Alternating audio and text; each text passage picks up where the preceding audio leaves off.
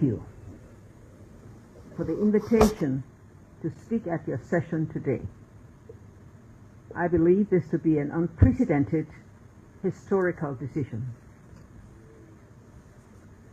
Mr. Speaker, I do not propose to make a normal type of speech. Rather, I will make remarks to provide my views on some critical issues that are relevant for the development of the country. In doing so, I hope that I will excite you to think and to act on the role that you are called upon to play by the people of the country whom you represent. Honorable legislators, my first comment has to do with Article 27B of our Constitution that says, I quote, "In order to preserve, foster, and maintain the Liberian culture, values, and character, only persons who are Negroes or of Negro descent shall qualify by birth or by naturalization to be citizens of Liberia." Unquote. Mr. Speaker, Liberia today is above where we were on our independence in 1847.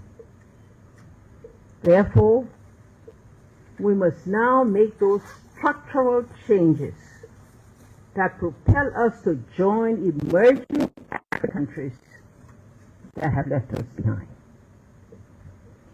As you may recall, we tried in the past to do constitutional reform.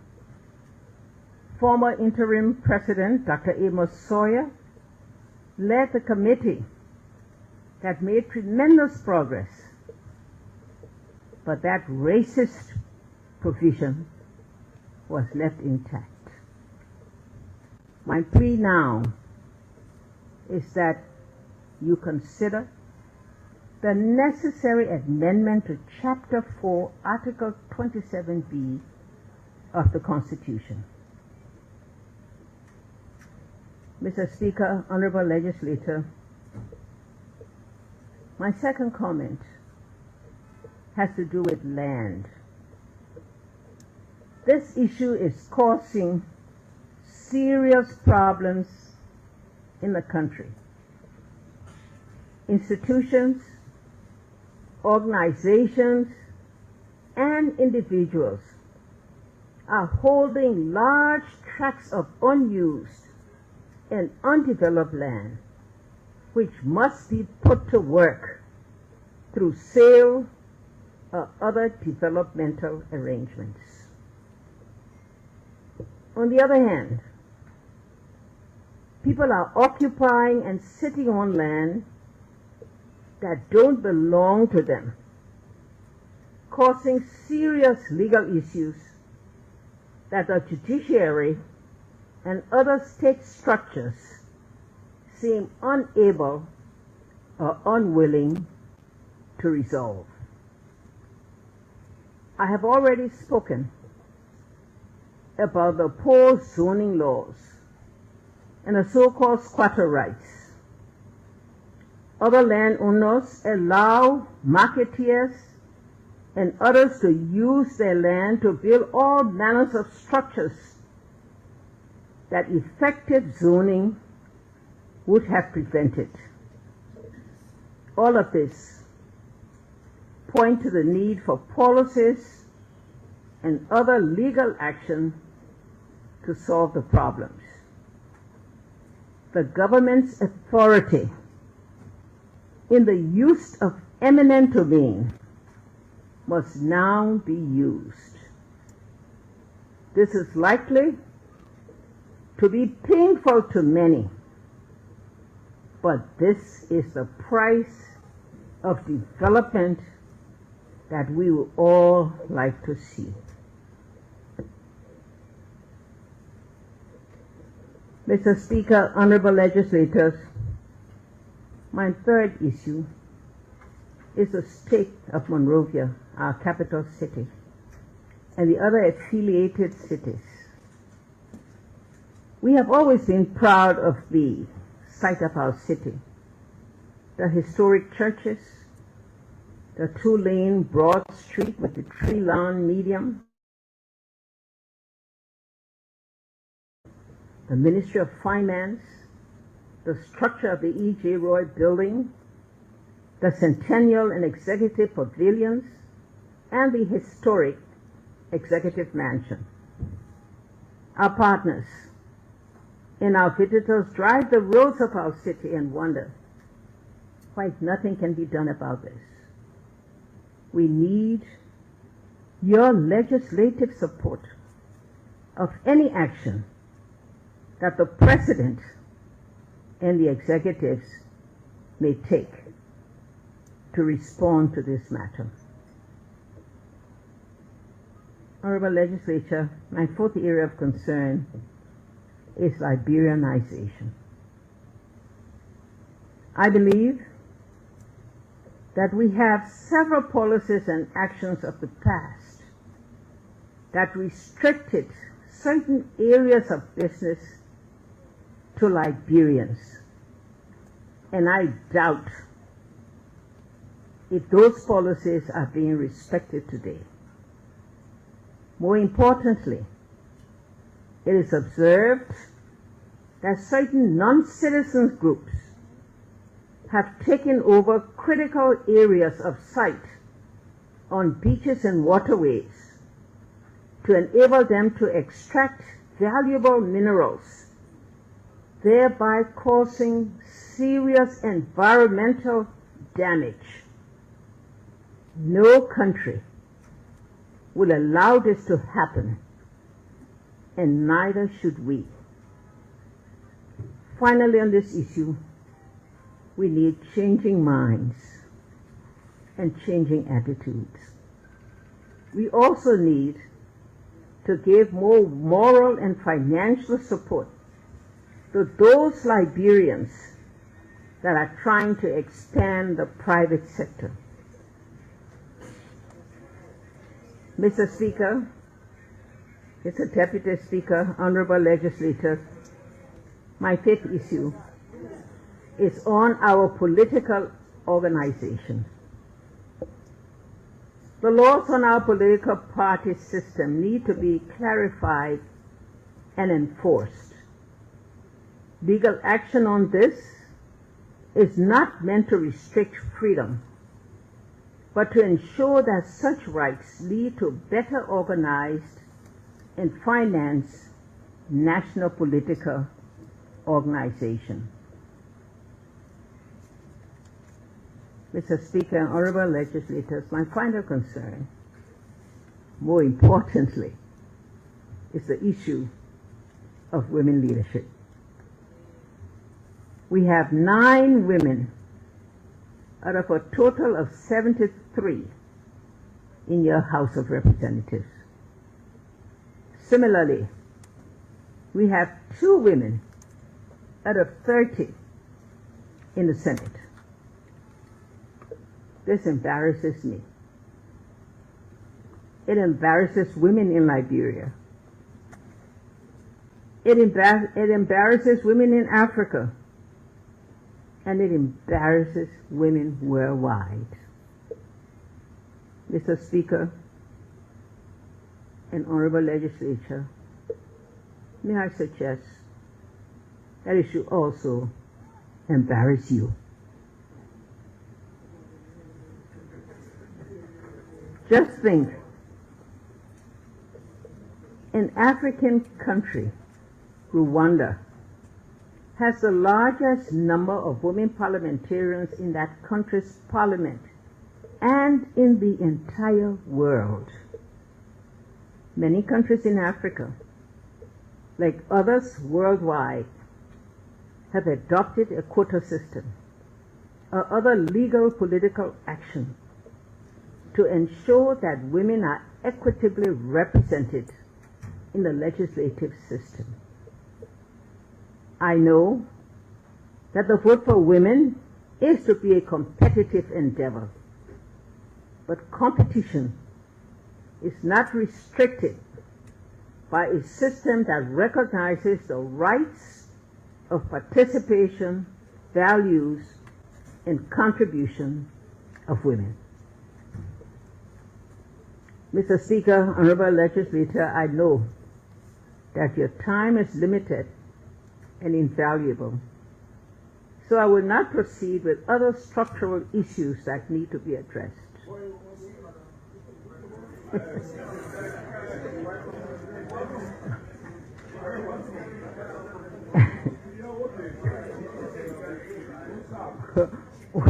Once again, I thank you that there will be, I thank you for this unprecedented opportunity. I know that there will be many who applaud this initiative, and there will be many others who may question it. I also know that some will say, in our usual Liberian way, she said for 12 years, why didn't she do all these things?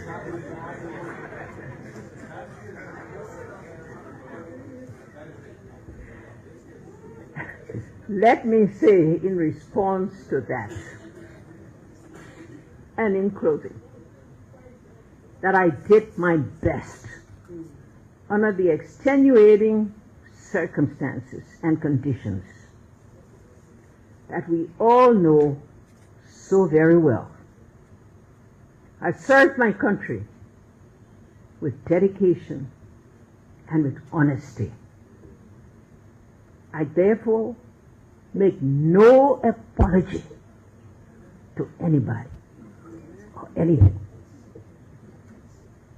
And I make no claims. My record stands by me, and history will be the judge. I thank you.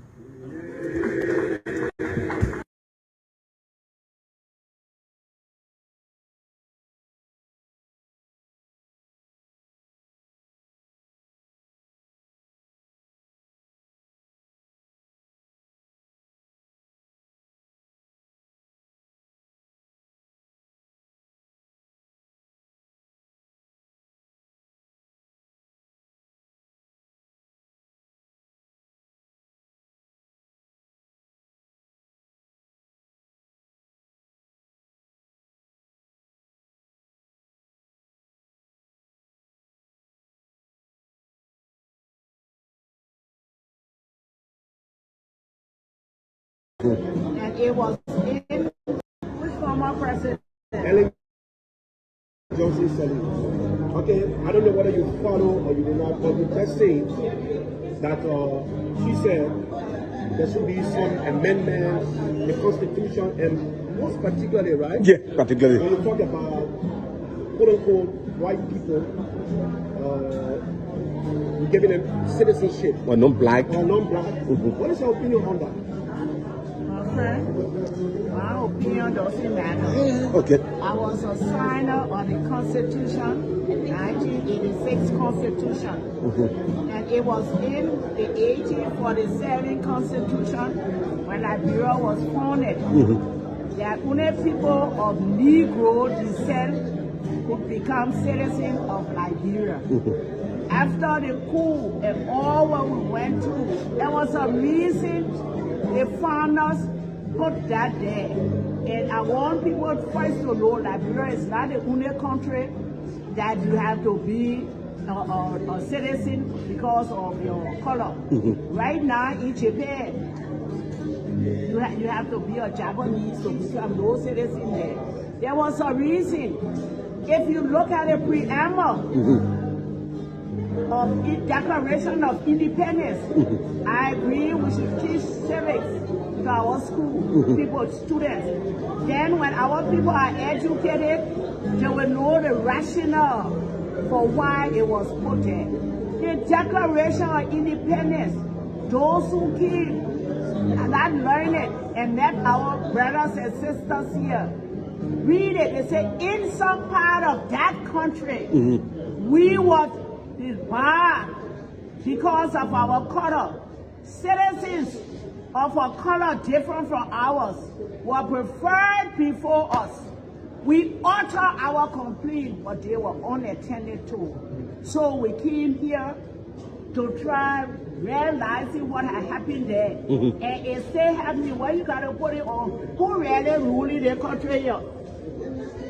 Who you got citizen paper, you gotta go put it in law. Who ruling? Who you think leading the country?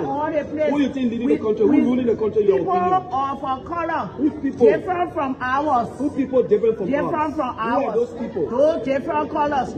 Yellow, half black, and other colors. So because of that, and yellow, black and white, the real people, the one who controlling everything, the businesses, who building the houses. You all stay here or who enjoy or water for them. So I am saying we should get a we got citizenship. many things on the law now. So on you the give book. them citizenship? Are we implementing it? No. So they go to the legislature, but it still got to go for a referendum to change everything. And President Ellie Johnson lived through her time. She appointed a constitutional committee headed by former election commissioner, chairman, and former chief justice, Councilor Gloria Scott, to look at the constitution. What a report they made. So before then, there was another constitution, and in October 1974, appointed another constitution. I got a book. You can see a number committee to talk about the flag and the motto. What difference will make?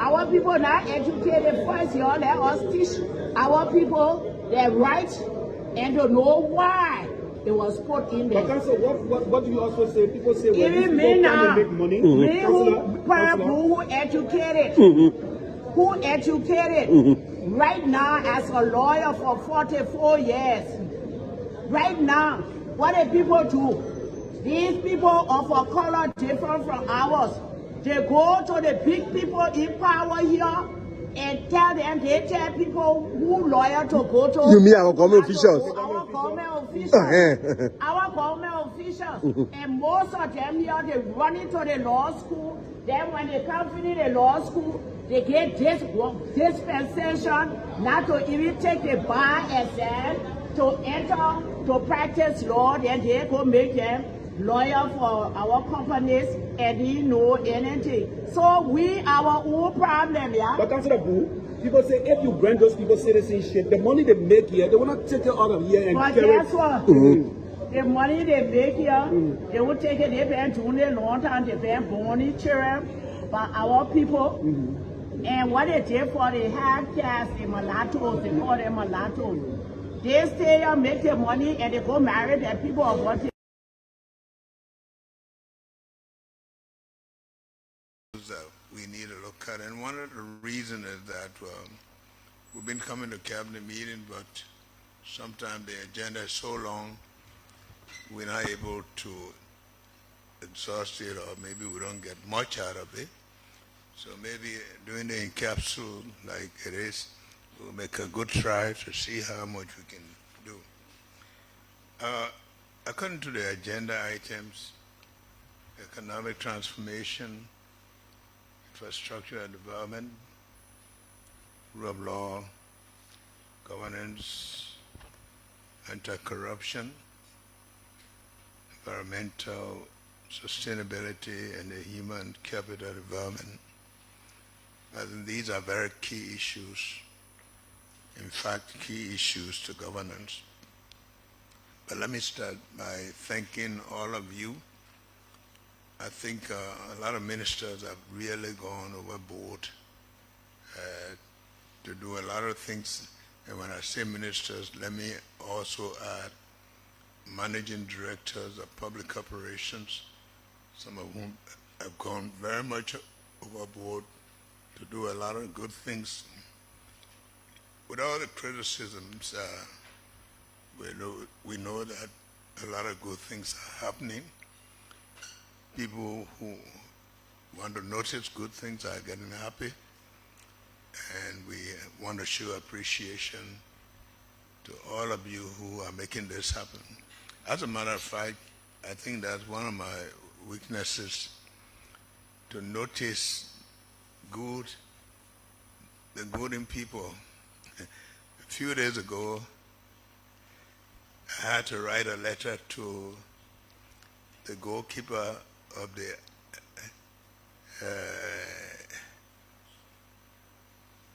Arsenal goalkeeper. And the letter, I think, had been delivered to just show when somebody does good things. I mean, I've seen people writing goals, but it's an exception. Not just, even if I were to see it in another. And so it is always encouraging not just to criticize people, but to also recognize the good things that people do. So a lot of you have done good work. We hear even at Public Works that have gone wide and doing a lot of things in communities. It is not necessarily so that for everything you do, we personally tell you to do it, but it's within the scope of your work to do the things that you're supposed to do. Of course, we take the blame, but so be it. We know that in the long run, people will begin to appreciate the good things that are happening. Nobody likes to see their houses demolished when they build them. But of course, when they had flood, the government is responsible. Everything bad, government is responsible. So we have to do certain things to help them for the future. I hope there was a way that we could make them know our real intent and how we become reasonable with them, but it's the best thing to do for the future of this country. So I want to thank all of you who have gone overboard in your ministries to take some very hard decisions to make things work. That's what we need to do. A lot of things have gone wrong for too long, and people begin to feel that that's the way it's supposed to be. Today's cabinet meeting is focusing on issues, but I'd like to start with not just welcoming you, but to express my appreciation for some of the decisions you're making, some of the things that are happening, gender, education, whether it be general services. I think people started appreciating the EJS building, because that building was there, was not painted. It doesn't show even well to people who gave you something and they don't see you do something about it. But we must stay focused. That's the work we're supposed to do. And among all the criticism, I'm sure there are more people, especially people who are living overseas. They call, they commend for some of the things they are seeing happening. But of all the things that we do, job creation,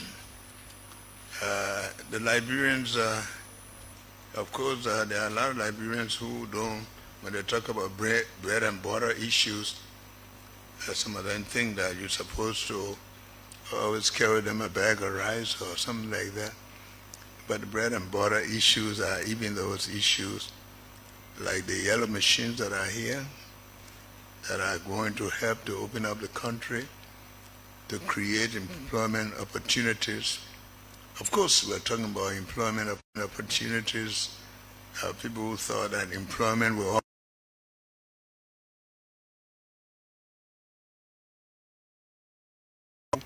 said they don't want to work for anybody. So when you open up the country, you create opportunities in agriculture, unreachable areas that they can go ahead and do their farming, where they can control their own income means, and some of those people are very grateful. Like as always in Liberia, some places you hear 133 when it's 137, but this is likely to happen. But the mission.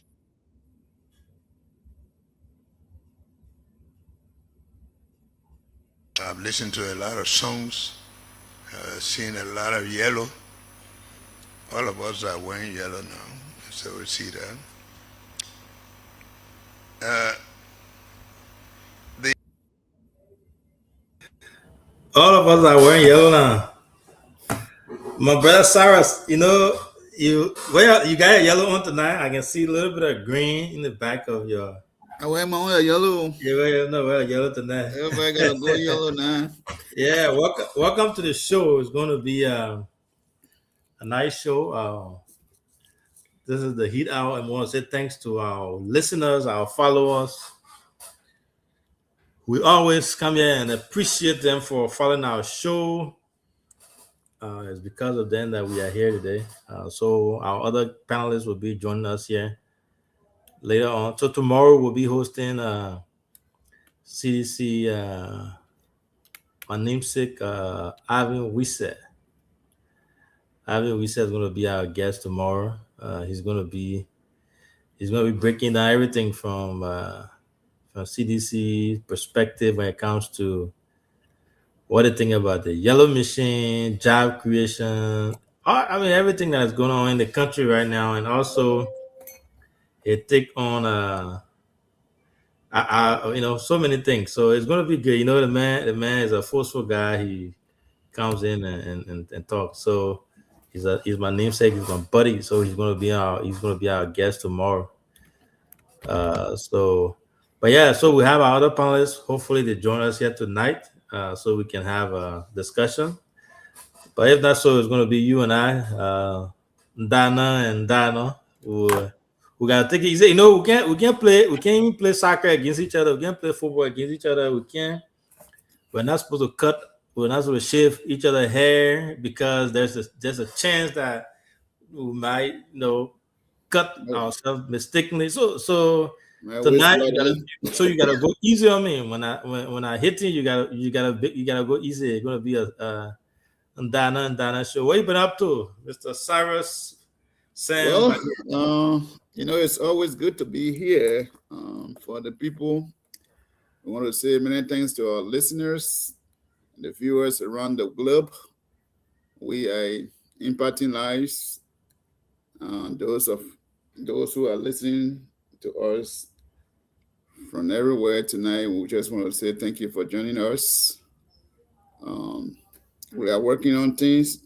We'll soon be providing numbers for you guys to be able to call the show to make your input. Just be patient a little bit. We have been seeing your requests. A lot of things has also been unpacking in Liberia today. I saw that Nathaniel Falomage was cleared from the GAC investigation, that he's not probably corrupt free. He's a free man. They gave him clearance. So it's amazing. It's amazing to see that. I think GAC is at work, whether the right way or the wrong way. I know they're working. But you can't question the man. So you can't. No. So we want to make it clear, right? The clearance that they give to him, it has nothing to do with the arson case because he has that. No, I'm talking about Falomage, the famous presidential state. Okay, got you. Yeah, so he Okay. came. Senator. They clearing out on that, which I think is a good thing for CDC. It's a good thing for him too, because when you are a senator and you have that thing hanging over you, it can be problem. But a lot of things been happening in Liberia. A lot of things we were not able to even discuss. We're not able to discuss that yesterday, but we will start with you and I. You're just gonna be you and I. So we'll say one-on-one with the CEO. So and Dana was it one-on-one Dana. So but I think you follow yesterday where toward the end of our show that we talked about the request to audit the local government, local county government that was proposed by Senator Koga. Koga. Yeah. So this, I don't think it should be a problem from anyone. I think it's something that is worth looking into. So today, not accusing anyone, I think it was today or yesterday, there's a news that came out from Bon County where the superintendent she purchased furniture and the value was about $30,000. And in Bon County right now, I think it was on news, and there's an article about it where the people are going really upset with the fact that happened. So it's necessary. So I think that I support that audit request. I think that's something that needs to be done. There's nothing wrong with that, and I think it should be the Bureau County administration should be audited. Great things they are doing, wonderful things they are doing, awesome job they're doing. We applaud them for all the great work, and then adding audit to it to clarify to show the people, hey, these are all the great things that we're doing with your money. In fact, here are all the money, the way the money is spent. And then to the critics, the people who want to know how the monies are being spent, here's the audit report by GSC. So I fully support that, and I think every well-meaning Liberian should support that as well. What's your take on that? I know that's something that I'm sure you support as well, because knowing you to be someone who really pushes things, I know you support that big time. Well, I mean, listen, I know auditing is good. Audit doesn't mean that you have committed crime. Audit is just to show how effective you are working, how you're using the money. So audit maybe in Liberia, when people say this, auditing this firm, to them it's more like, oh, these people corrupt. No, audit is not really. It's not all about corruption. But it shows that you are working. It shows that your money, that you are spending money wisely. The money that is intended for the project, you are spending it for the project. You are not using it for your personal gain. So pretty much audit reveals where you are and what are you doing. So it's not all about the sense of criminality. No. So I didn't say that. So I don't think you said that. I didn't say you said that. Okay. Yeah. So I'm just saying in Liberia setting, people think that when they say audit, it means that person is corrupt. No. So I welcome the idea of auditing the county leadership, which I know that my dear buddy Coleman Pegono, she's been doing great work, and the audit will show that she's spending the money wisely in Southern Cody, in Nimba County, because she's a workaholic. I like that goal and the strength and her ability to work. So yes, I welcome the audit, CEO. That's a good thing. And it's also worth saying, it's not just one person. I know you mentioned her as reference there, but it's not just one county that they're going to audit. They'll be auditing. The request is to audit all 15 counties. All of them. And And I think it's going to set good precedent, and it's going to make this really good because you know coming when doing all the great work that you're doing, and then adding the audit stuff to it to clarify, to make sure, like you said, auditing is not about guilty, someone did it, but just to show that I'm doing this work for you people. It's very transparent. This is the account of all the money that I'm spending. This is what we are spending towards and all that. So I think I encourage that big time. Somebody calling you? Yeah, Cyrus, I'm talking to you. Yeah, sorry, call coming in. Sorry, go ahead. Yeah. So as I was saying, it is something that is highly encouraged, and I think everybody should be in favor of that. One of the proponents who happened to be Representative Jan Flomo from District 2, he even one of his posts he made back, he mentioned this. He said what we should be asking for is for audit. How our monies are being spent, how everything is allocated, instead of us saying why the projects are being done, with government money and government project. And instead, we should be advocating, asking questions about, what audit we should be asking about, accountability instead. So, and then the request has been answered. So I'm very impressed. I'm happy that this was brought to the forefront, and I hope that everyone should be able to work on that. Going back to McGill though, before we go further, I think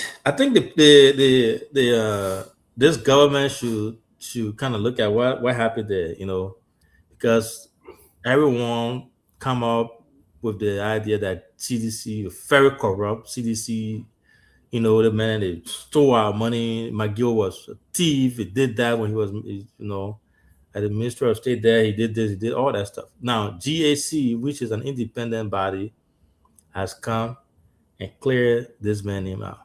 So my point over the few years have been, if you claim all the people that took power before, they were all corrupt. They did this. Most of them were corrupt. They stole. They did that.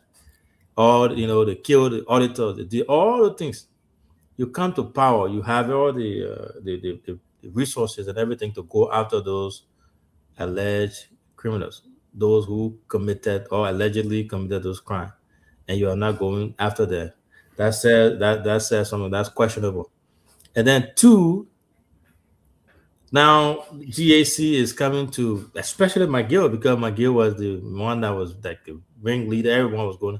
So this report, I think, it sends out a message there that that is clear, and I'm sure that CDC, McGill, and other folks will be happy seeing that. Now, my question to you: you think this is going to leapfrog into the former finance minister? What's his name? His case that is currently being in court. Samuel. You think we'll see something like this, where Samuel will go to court, see his day in court, and the Supreme Court will go through everything, and then find. So I think Samuel Tua case is a little different than McGill. Yes, I think McGill was placed under investigation, but I didn't see McGill going to court. Maybe I could be wrong, but I think GAC were just doing their own investigation, whether or not they have enough evidence to charge him. But it seems that they didn't have enough evidence to charge McGill to send him to court. But for Samuel 12, I think there seems to be enough evidence. That's why he's going in and out of court. I'm not sure, but McGill, what is amazing is that GAC conducted an investigation and cleared McGill, but United States of America put McGill on sanction for corruption. That way, I'm struggling to understand. So this means, what it means to me is that U.S. lie on McGill, No, two different things, two different jurisdictions. So McGill, the one in Liberia is a sovereign nation, right? So she has her own law. She can do her own thing there. So what the U.S. case is completely different.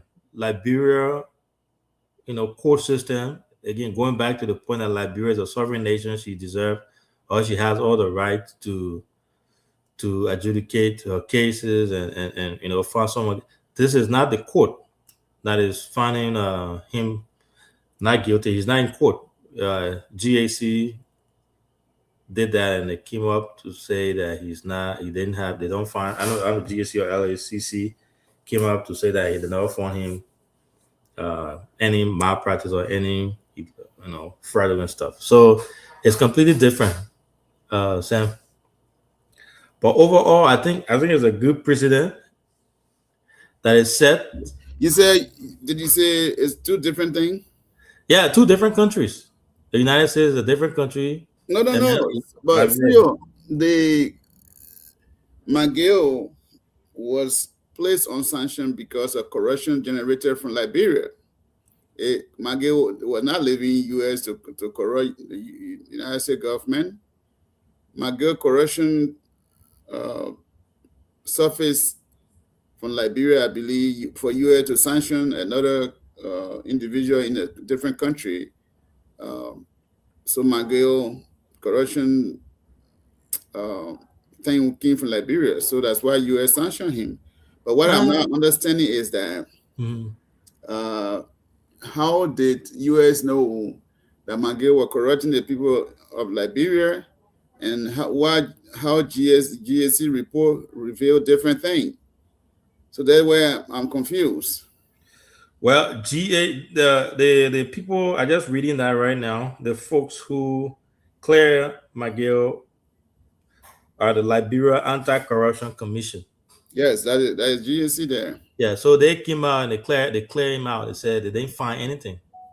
So I don't know where the U.S. I'm trying to find it here as we speak. I don't know. You were saying that they based that off of the recommendation from the same LACC, or where they based it off of? So McGill, no, there were. I can't say whether there were recommendations from LACC or GSC. Exactly. But what I'm saying is that U.S. said that McGill was corrupt, and they sanctioned McGill. So what it means is that McGill was using the Liberian people money for his personal gain. Okay, so now LACC or GSC, they is doing investigation and said that McGill is clear. McGill has McGill has been getting clearance for not being corrupt. So the difficulty I'm trying to get here is that whether GSC sees different thing and US sees different thing. So that is another question for another day that we have to know. We got to dig deeper whether GSC was investigating different crime against McGill and US saw different crime against McGill. Yeah, but because I know it was corruption, alleged corruption allegation against McGill. Yeah, and I was able to find some things here. So to clear your point there, so the U.S. sanctioned him right in December of 2023. That is correct. So the U.S. Department of Treasury sanctioned him under the Global Magnitsky Human Rights Accountability Act. Okay, and then but from when they sanctioned him, they froze his asset in the U.S. And then U.S. person and other companies cannot do business with him, and then he may also face a visa restriction from the U.S. So those are the things that they restricted him on. Now, but here's the catch, though. So the U.S. sanctioned. The U.S. sanctioned, but he was not criminally indicted. So those are two yes. When U.S. sanction you, they say human rights, and then there are some things going down there. I didn't. I was trying to read it this morning. But GSC came out and said, I think they said Mangel were mapping the whole payroll with a bunch of people, or maybe that's a. Let me see what they say here. Or if you get it with you, you can let our viewers know. Here's again, we don't know the whole detail as far as what's being, the legal. But from here's how I understand it, right? And I stand to be corrected. Anyone can correct me on this. So the clearance that was done by LSCC was based on single incident, certain thing that the clearing of, which had to do with that payroll thing at the Ministry of State. Right, the U.S. is just broad, it's just general, open. They got open stuff that said he was highly involved with corruption. Now, they could have other things that they consider as corruption, apart from the one that he was clear of, right? So it could be other things. It could be other things that they tracked him of, they knew he was doing that was corrupt, but it's not just this one. So LSCC was clear on this particular case that is saying that based on that payroll thing, it was clear and that he was not found guilty on that. Okay, sorry, I said GSC. The LSCC. LSCC allegations, payroll mapping at the Ministry of State for presidential for the period of 2018 to 2023. So that's only that one. That's the only one that LSCC clearing off. Well, so the U.S. said generally that he was involved in massive corruption. So now my point I'm trying to make is maybe, or not maybe, they have, the U.S. will not sanction you, and then they don't have evidence, right? Yeah. So they may have what they believe is massive corruption aside from this one, or in addition to this one. So LACC were only investigating Mangel because of payroll mapping. That payroll stuff, yes. But look, read the letter. I saw the letter. I want a letter Clay said. Yeah, so it's kind of interesting. So that means Mangel is not free yet. He's free. He's free from this one that LSCC was investigating him on. The Liberian Anti-Corruption Commission, LACC.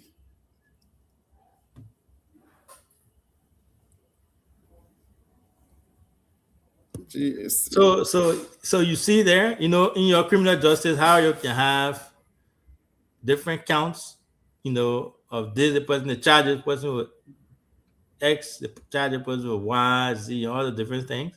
Yeah, so that's something similar. So here's my belief, or here's what I see it as: the LSCC clearing of that payroll peddling stuff. Well, that's where I'm confused. So the LACC wants to tell me that was the only reason they were investigating is payroll mapping. So nothing else that they could dive into as the corruption invest. I mean, that Mangel alleged corruption that Mangel was.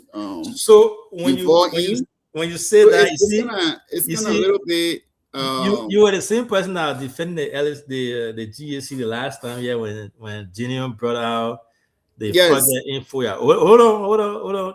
When Jim brought the project info, your point you made that time was GSC can just get up and go after people to go, start investigating. People have to carry that. That's the point you made, and I stand to be corrected.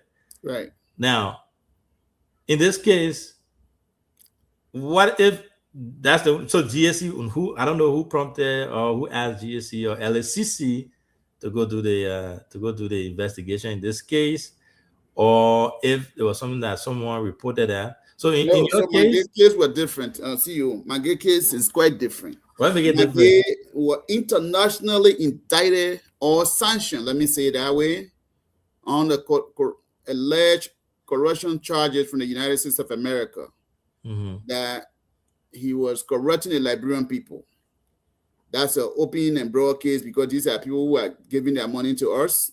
So they indicted they sanctioned somebody. In other words, more like indictment, but sanction somebody that you can't come to America, visa restriction, blah, blah, blah. And LACC, the Anti-Corruption Commission. So they want to tell me that they just went there for payroll mapping. No other But I don't know what they had. less criminal activity at Mangue was not involved in anything. That's the only one. So that the government has more they can carry there. So, you know, it's very complicated for our criminal justice system to reveal things like that in our country. I think I'm not saying either way, Mangue, but for America to indict sanction somebody on that kind of charge, and then these folks went there and said, mapping, payroll mapping. So how does our Anti-Corruption Commission works, though? I'm yet to understand. So what are you? Was there anything that they could look into to see where America was coming from? Do they share intelligence with the United States of America and see where they were coming from with this thing? And they just got it and just went there and say, okay, no, the only payroll mapping we carry there. Something's wrong somewhere with this case. So what are you insinuating there? Because I am saying that there are more to this. There are more to the LACC. There are more to it because it's a very complicated situation. So America has given us the understanding that Senator Mangue was involved into a serious corruption, and he was charged or sanctioned. Maybe that's an easier word for people to know. Yeah. So with that, LACC is spotlight, and LACC say, you know what, we'll go and see what is happening to this guy. So I think part of the corruption charges might have come from also payroll mapping. So other thing that U.S. said, they might have asked U.S. to share the intelligence with them or the information with them. But the judge got there and went there, they say the only payroll thing we went for, Mangue in Nakoro. There's some CEO. Also, who you think is behind it? Because if we have CDC in power, anything is possible in Liberia. Money is possible in Liberia. Well, that would be failure of the government. The justice money is system. possible in Liberia. I don't know who is leading this team, but this will fight by. Listen to me and listen quite well. I'm saying it today. This particular decision will backfire on them, except they did it in good faith. That's all I can say. Yeah, but if that's the case, usually when you have a governing party, like say CDC were in power, and then this happened, everyone will automatically assume that CDC hand in it. That's why they have corrupted the whole system. That's why they got Mangue not liable for this. But you got your government in power. Your government is the one that running the whole show, the justice ministry to everything. So if anything, they will be held, liable for that. It's not. Then they're the one that pushing that. For me, I personally think it has nothing to do with money. I think it's just free stuff. Because it was the case, they would have said it. The same thing with other audits. So we should not question them. We should give them the benefit of the doubt. They are professionals. So we don't want to put emotion into it, or we don't want to go by hearsay. If they go there and do their work, they come back out to us and say, "This is the work we did. We never found anything." I think we should respect that. That gives credibility to the institution. But when we start questioning it because of what we perceive, then it becomes a little bit sketchy.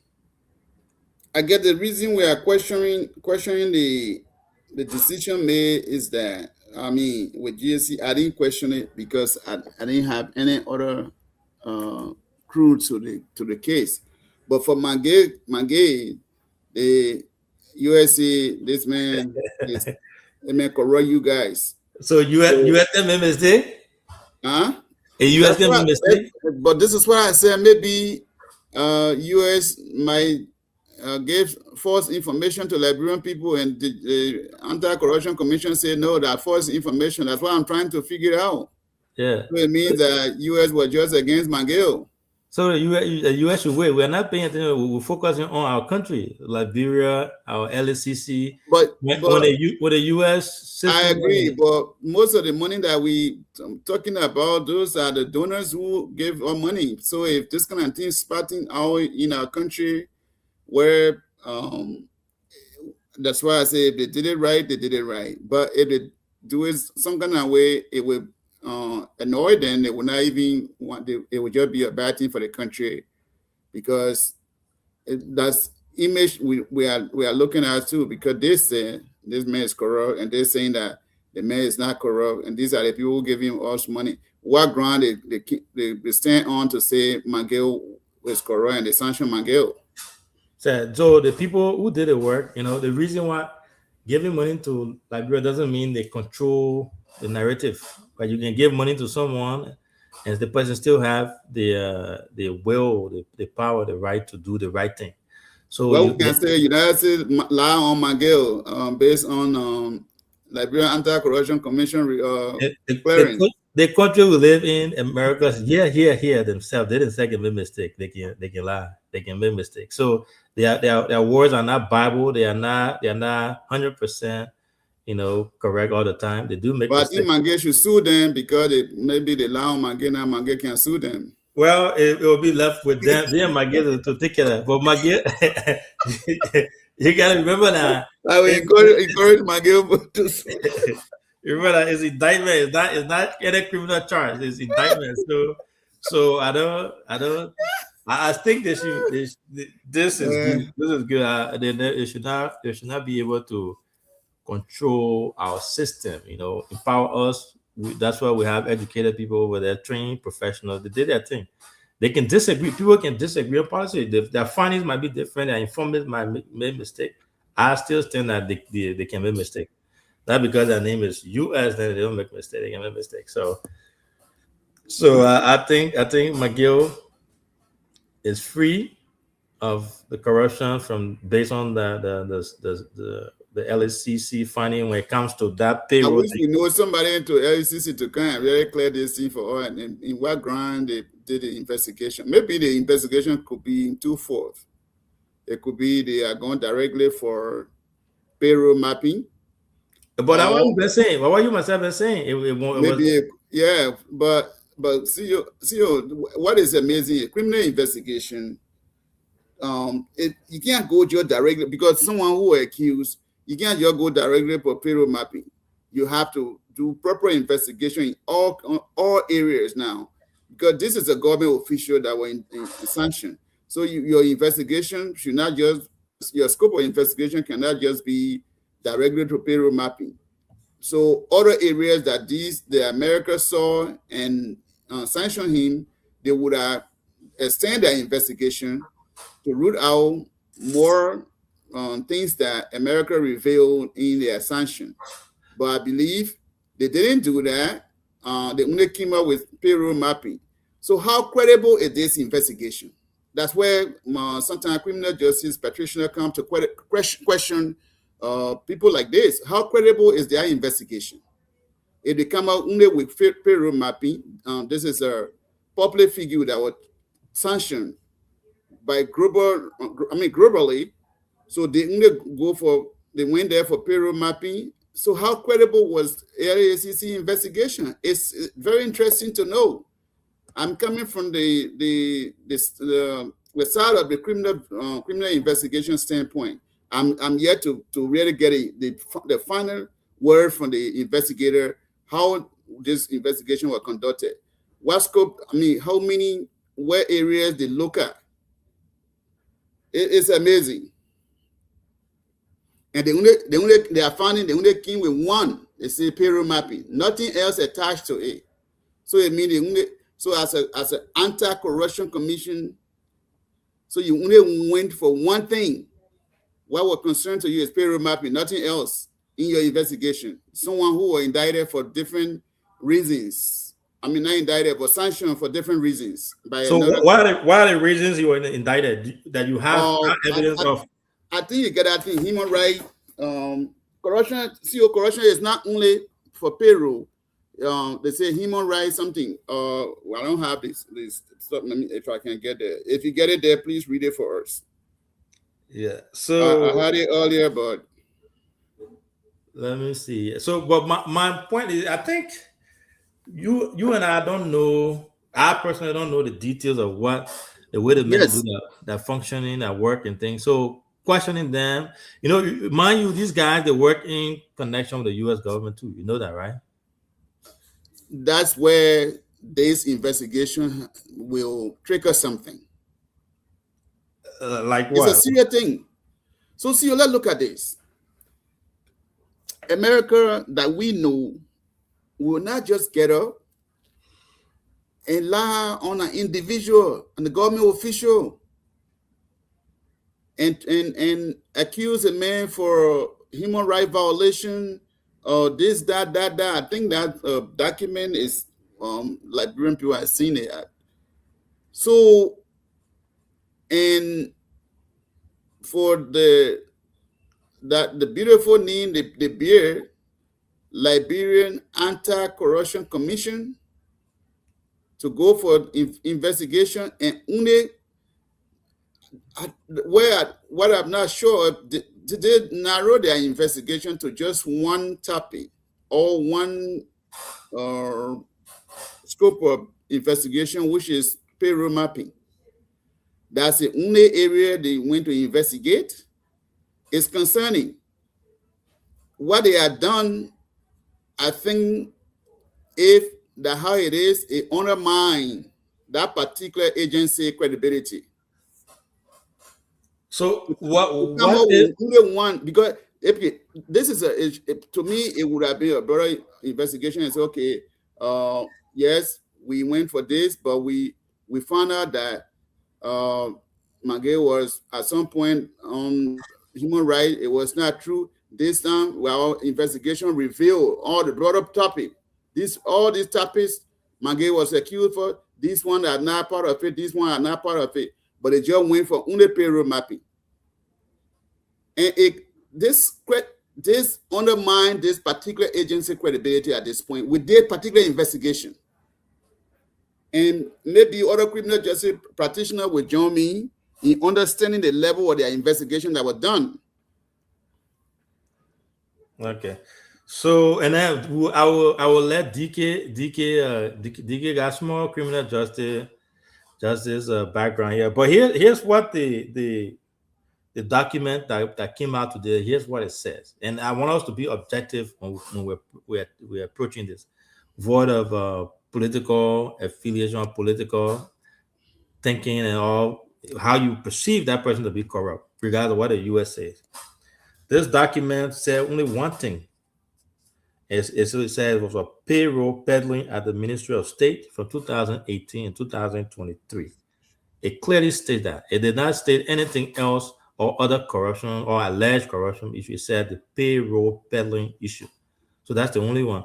Now, you and I don't know if they are still investigating for other things. We don't know about the other parts of investigation. So I don't think we should question, unless you want to question this to say that even the payroll thing is said they investigated the investigation, you don't agree with it, which is you're right, and say something about it. But I don't know. We don't know what else they are investigating. So, TK, man, what's your say on the whole McGill thing? So the thing about investigation, more especially government investigating you, before government accuse you, they should have all the evidence to convict you, because they are the states, they have all the resources that they can use to convict you. Now, the LAC in Sarah's argument is you don't trust the LAC. Is that LAC, right? Yes. LACC. So then, yeah, LACC or LACC, right? So then the only thing Sarah is telling us now is we should bring another group of people to investigate for having. Forget about McGill. Sarah, you could be accused tomorrow. So when the government institution investigate you and they find you free, there's no issue. Whatever political differences you have with McGill, you can take that differences or whatever different allegation you have on him, should take a different place because the allegation was McGill brought over 700 people and put them on supplementary payroll that government was paying free money for. But the very government that accused McGill have the anti-graft institution to investigate. The anti-graft institution said, no, this particular thing you say about McGill is not true. In fact, the government went ahead and dismissed the 700 people that they accused McGill for. So then you keep saying that, I don't know how the investigation is, but the only thing you want for LAC to do is any accused person should be convicted. Whether it's because, don't forget that when LAC accuse you, like McGill said, oh, McGill is guilty of that, meaning you have to take the case to court. But you just want to take case to court, government spend all the resources and government lost the case when there's no sufficient evidence. That what the law will always say an accused is presumed innocent until proven guilty. And so when the evidence is not sufficient enough to convict somebody, you don't go with circumstantial evidence that I think McGill did that. The law does not look for I think. The law look for facts. They look for evidence. You have to present it. Hit McGill or not.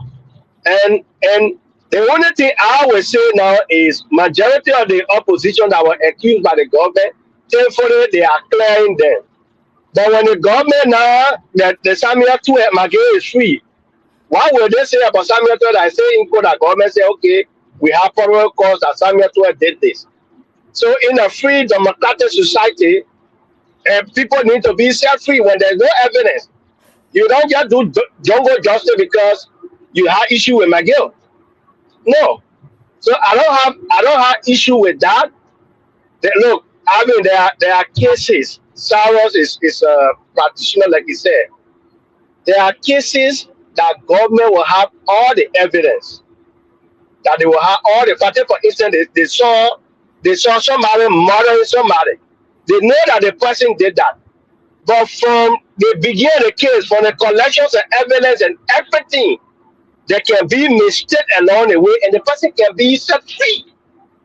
So that while before you accuse, most of them with government that have all the resources, they need to follow all the procedures. Because maybe McGill actually did payroll party, but the people who are accusing have procedural errors. And procedural errors can make you lost case. So when you say, oh, McGill did this, and you didn't present, maybe LACC with an investigating, they have different layers on how evidence is presented before LAC. But when you do your evidence hastily, collect all your evidence hastily, obviously the institution responsible for actually clearing somebody or indicting somebody see that there are procedural errors, and when the case go to court, the government will lose. They will set the person free. One political example was there was a major case in Liberia where Councillor Gonglo was Solicitor General. One of the leading cases about one little girl that was in Christ the King called Inja Tukpa. That there were big people, the husband and wife, they said the girl was killed in their bathroom and the little girl was hanged. That was serious. That they conducted, they buried our child and they took off from there and did another autopsy. When that case, Tiago Gongo said, the first thing Tiago Gongo said was, from the level of how police conducted the investigation and collected evidence, he was sure that those people were not going to be found guilty. As Solicitor General, all the human rights, the women organizations said no. That was one of Tiago's problems. So Tiago as Solicitor General disengaged for prosecuting that case, and other people at Justice Ministry went ahead to prosecute that case. At the end, that people spent more than 6 years at the Central Prison. When the case went to Supreme Court, the case was dismissed and they were set free. The lower court convicted them, but at the level of the Supreme Court said there were errors. There were procedural errors. So some of the things we don't have to take it with sentiment. I think that my opinion, maybe the government has some errors in continue the fact that we are convicted or Lee McGill to doing something wrong. That's the only thing I will say. Thank you, and I agree with that. That's why we like to have different people from different backgrounds to come on here. But before we go to Cyrus, you missed one point that I want to. We started out on a certain topic, and you were not here. So, as you saw recently, Honorable Koga, pushed that request to have all 15 counties local government audited. Yesterday, I think today, the news came out. Bon County superintendent is on fire for allegedly using $30,000 US to purchase furniture for the superintendent compound in Bon County. Right, so that's something that that is huge, and the people of Bon County now on radio everywhere, they're all complaining and crying about it. What's your take on this whole local government audit request? Mr. DK, that you go inside that place, Maryland, and I get nowhere. You can hear me? DK, okay, we can move forward, and maybe when you settle, then we'll get you on. Okay, so CEO, this is where my problem is. Let's read what the State Department say about McGill. McGill was designated for all these charges, alleged charges. I mean, I will use it because I don't. They say, see, I mean, like not even alleged because U.S. Department still say McGill was directly or indirectly engaged in corruption, including the misappropriation of state assets, the exploration of private assets for personal gain, corruption related to government contracts, or the extraction of natural resources, or bribery. For record, these are all allegations until proven. So what we're saying here is that's why. Oh, hold on. Read the last part. What did the last part say? No, this last part or somebody wrote it. No, so allegation. You said something about allegation until. No, somebody wrote this water part. Say for the record, these are all allegations until proven with tangible evidence at the same time. That somebody want to comment to that. Okay, thing. But let's set the premise now. Even the U.S. government, the U.S. government has not criminally charged McGill. Yes. Right? So if they haven't charged you criminally or if they haven't found you guilty yet, so you are not guilty based on your own criminal justice thing. So you can't say you're removing that allegedly, right? No. So I have not said the U.S. has charged McGill, but they have sanctioned McGill for all these charges against him. So for bribery, misappropriation of state resources. When they say state resources, is our resources what they're talking about. So U.S. levied this allegation against McGill. But then that's what I was saying from the beginning. I said whether LACC in scope of investigation didn't expand to bribery, misappropriation. They only went there to investigate payroll padding. If that is the case, then that's it. But then they are right to clear him if there's no other evidence to that. But because if they use the word anti-corruption commission, I believe the scope of investigation is not limited to only one payroll padding alone. Whatever U.S. said McGill had done, to me, they would have expanded their investigation a little bit more to find out whether or not what U.S. said is true or it's not. But I believe if it's not, if it doesn't fall within the scope of their investigation, okay, then that is okay. But for me, I'm finding it difficult to understand the clearing given to McGill until maybe later on we'll get the clear picture of what went on with the Anti-Corruption Commission investigation. So your point is the scope is smaller. You think you are suggesting that? That's what I think, because still the Liberia Anti-Corruption Commission, if you define it, I think we defined it the other day. They can investigate once the corruption allegation is levied against you, like the way it was leveraged against McGill. So I believe, I'm not sure the only case the government told the people the levy against McGill to go investigate was payroll padding, which means that McGill put a lot of people on payroll. So which he was using the money for his personal gain. I think that's the reason why they went to investigate. But bribery was the bribery that McGill was accused for from the U.S. It was not important to even dive into it to see whether McGill was involved into that. Was it not important to also dive into misappropriation of state resources or asset? It was not important. McGill is a government official. Was it not important to dive into all those investigations to reveal that McGill is totally free? They didn't do any of those things. So they went to investigate. If that was the only case, then it means it's okay. But if that was not, then the scope of investigation was narrow, and then maybe to me they didn't do a good job.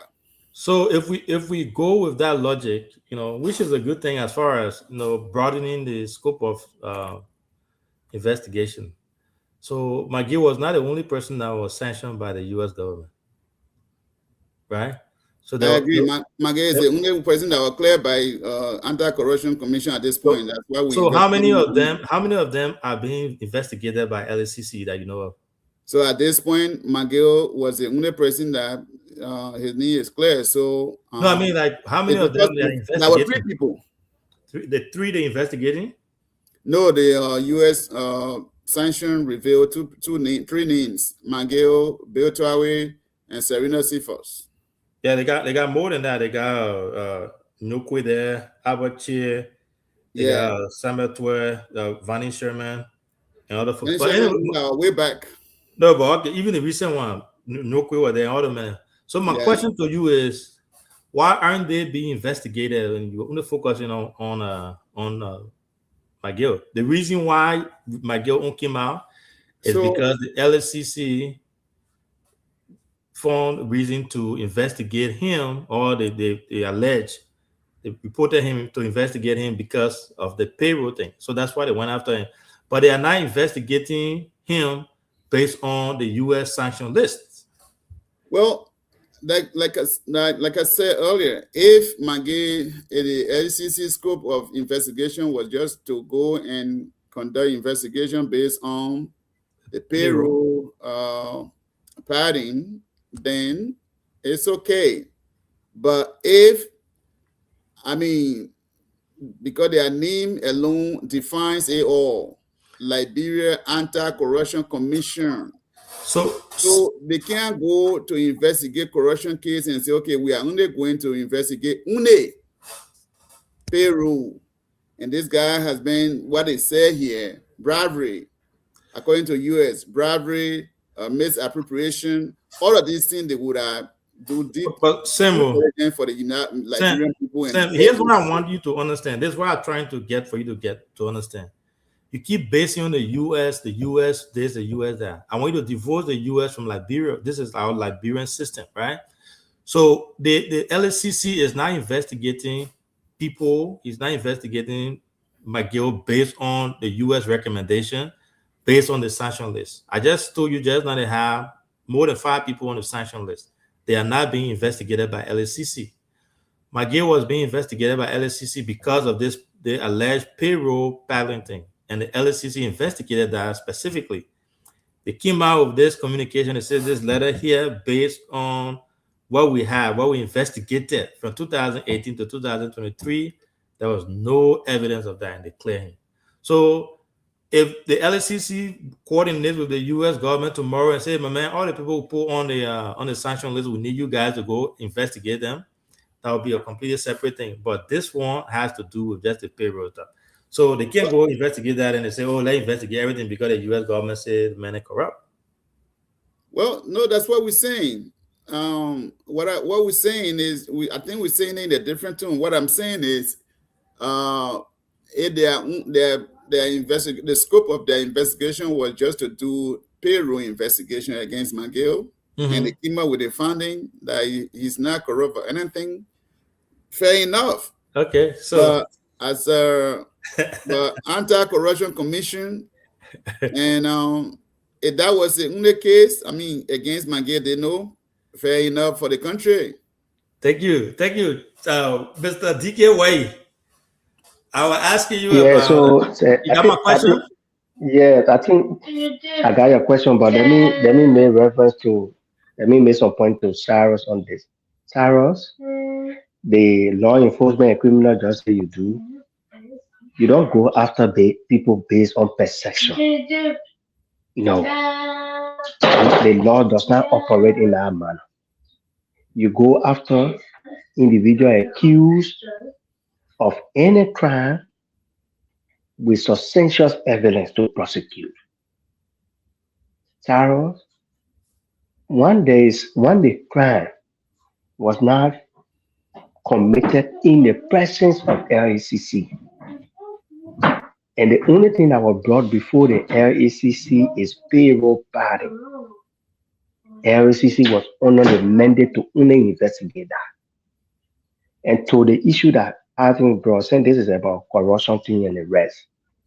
The communication from the Senate and Senator Koga is to clearly investigate from 2024 January to January 2026. Investigate what the county administration, the project they have been undertaking, and financial audits. There are allegations in Lima, for example, that the superintendent, when she took office, she had used at least 7 million on development projects. Nobody is saying it's wrong. But if they are to investigate LACC, GSC, they are to investigate. They're only investigating, okay, you say you build cleaning in by Vongwe, for example, where Sarah Bali is from. How many persons did the bidding? Okay, when you awarded the contract to Sarah Bali Construction Company, how you call the other PPCC approved, then they start asking you for receipt. And nobody is saying, so take for instance, and they go invest in LACC or GSC, go to NEMA and present all the financial documents that correspond with the project. Will you still say because Koga is the one that recommended it, so Cole should be prosecuted or Cole should be held liable when there's no trace of any wrongdoing?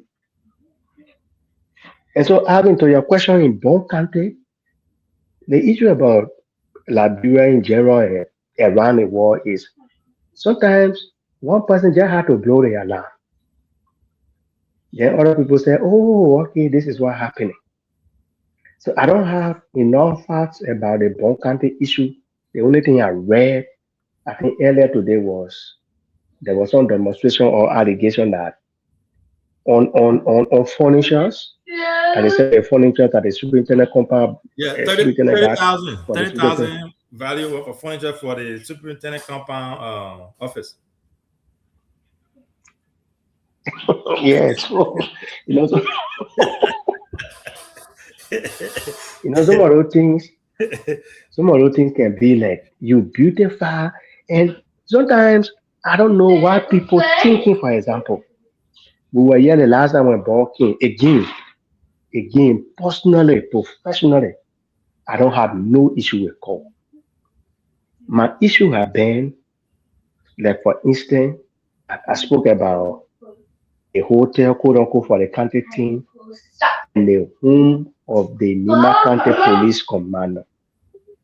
Hey, Ave, even in District 2, where the superintendent resides, there are public schools that I don't have benches for students. So sometimes, corruption sometimes can be like you really stole the money. But sometimes misapplication, going after projects that are meaningless. Because when you beautify the superintendent compound with 30,000 furnitures, and in Banga City said that the superintendent is sitting, there are schools or clinics that don't have even place for pregnant women, maternity waiting home, and everything. It's sometimes just about our thinking. I'm not just saying they are wrong, but sometimes we just need to do well with our thinking and how well we appropriate the money. So go ahead, see man. So, yeah, now in any way say on this show that criminal investigation is based on possession. Criminal investigation is solely based on allegation. So if you define Liberia Anti-Corruption Commission, their role here, they clearly states that the Liberia Anti-Corruption Commission is an independent national institution established in 2008 to investigate, prosecute, and prevent corruption among public officials. It fosters transparency, enforces integrity, and reduces impunity by managing assets declaration, promoting public awareness, and strengthening anti-graft policies. They said the AACC is empowered to investigate alleged act of corruption and working with Ministry of Justice, prosecute offenders, including the misuse of public resources. Okay? So what I have said here is that Mangel, whatever is written here, Mangel, as we know, United States of America, they are our donors when it comes to money. So they accused Mangel for corrupting the Liberian people, meaning he was taking bribery. He was misusing the Liberian people money. They use the word misappropriation, human rights, all kinds of things. So what we were discussing here is that LECC has gone in to investigate. So they say that LECC can investigate based on whistleblower. Okay, so I believe America corruption charge against Mangel is also a whistleblower. They can be used that to do investigation. So they went in there to do investigation. There where I'm concerned was the scope of their investigation just intended for payroll padding alone, or is where the word from America was not also Big brother Saros. Have you read the clearance for LACC? Yeah. So, but What did the clearance say? It said it's in our chat room. I posted it this morning. It cleared Mangel for payroll. Let me read it. I dropped it in our chat room this morning. Okay, why are you trying to read it? Let me also state this: the function of the LECC, right? The LECC can only investigate when there is credible evidence or complaint. suggest. No, whistleblower, go down there, go all the way down. But what is whistleblower though? How do you understand it? Whistleblower telling someone, say, okay, this person, somebody coming to the person and say the person is like a gossiper. Yeah, so that's the other way I can say. So when you do that, when you gossip, anybody can gossip. Anyone can go to LSC and say, oh, you know what, Sarah, now start eating the people money. Yes. So you know how many people come out there? No, having 1 second. So Sarah is still contradicting this. Yeah. Whistleblower is also bringing complaint before the LACC, which is not still wrong. So the particular issue with McGill and the LACC concerning the marshal was there was allegation on McGill, whether it was whistleblower, whether individual was there, whatever way, somebody accusing of payroll party. Exactly. Yes. So the only thing LACC were investigating McGill at this point was the payroll party. What other thing you hear on McGill can still proceed?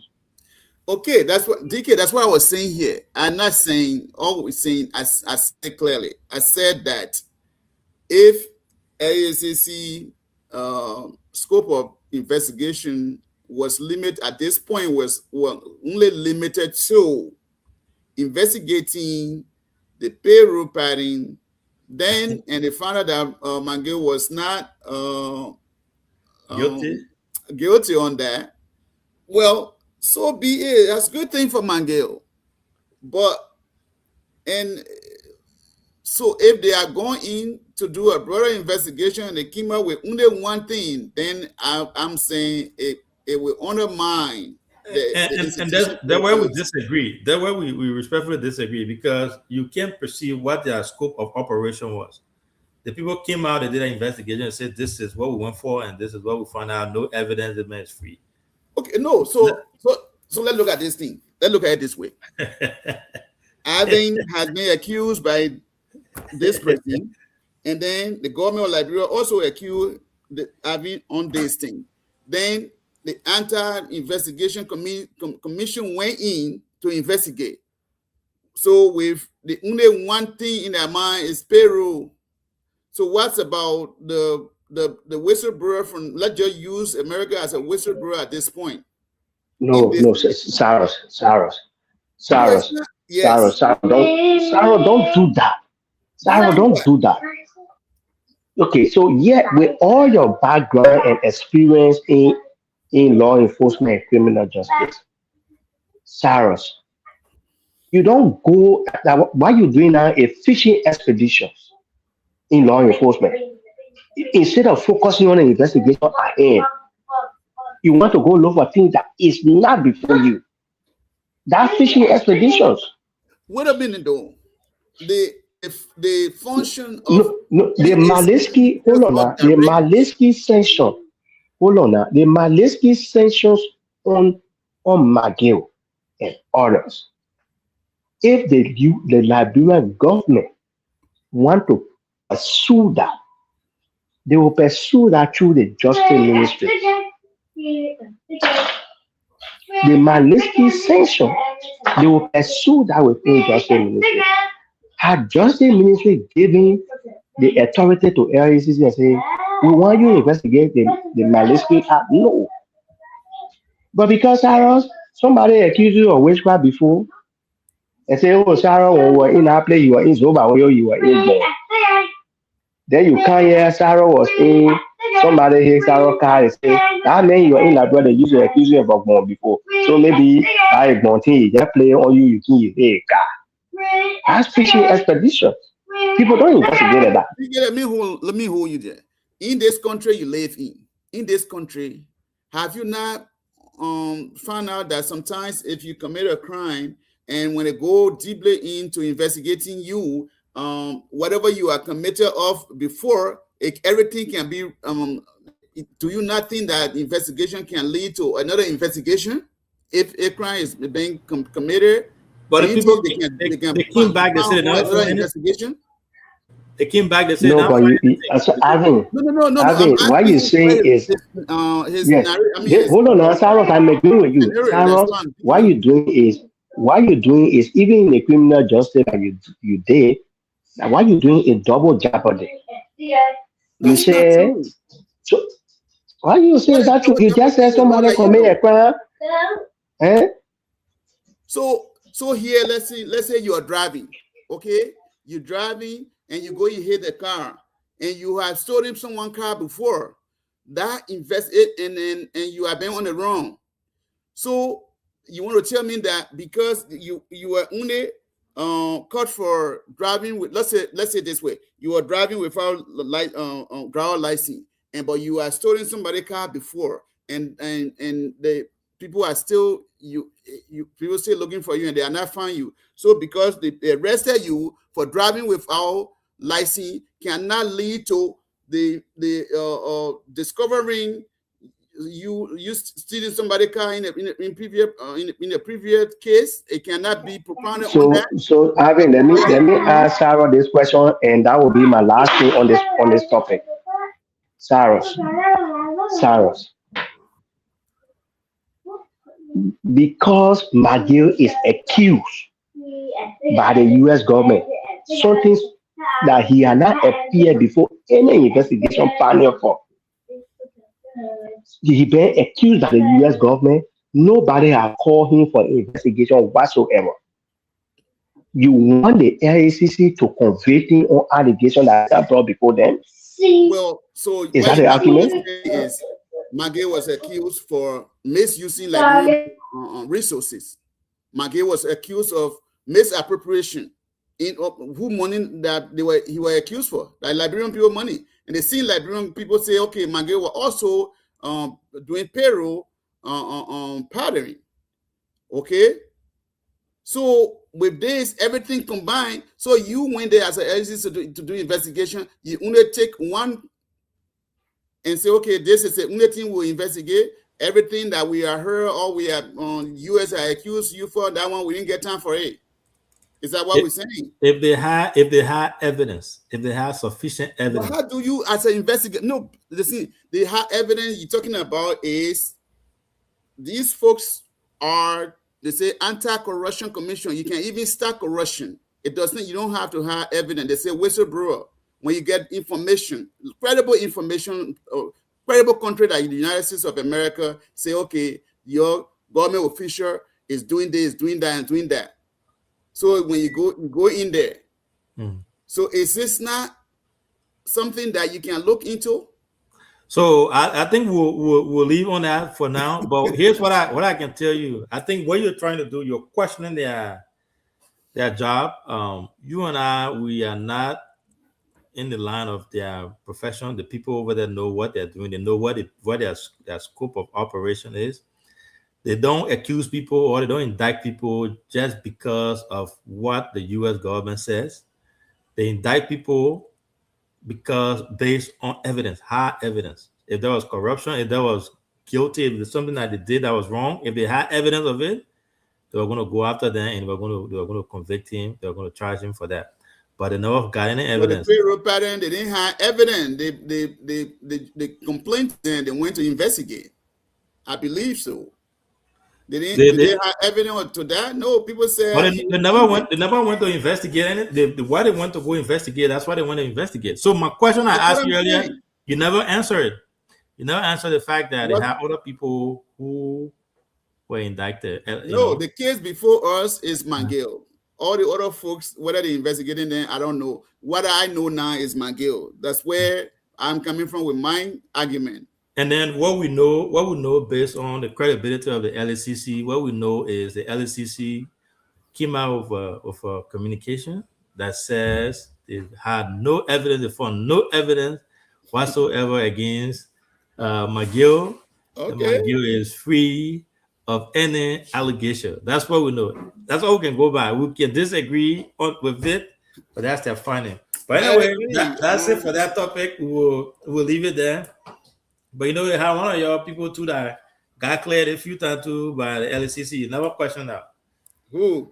The lady at the fishery thing, something I forgot her name. No, that lady the only reason I didn't question is because your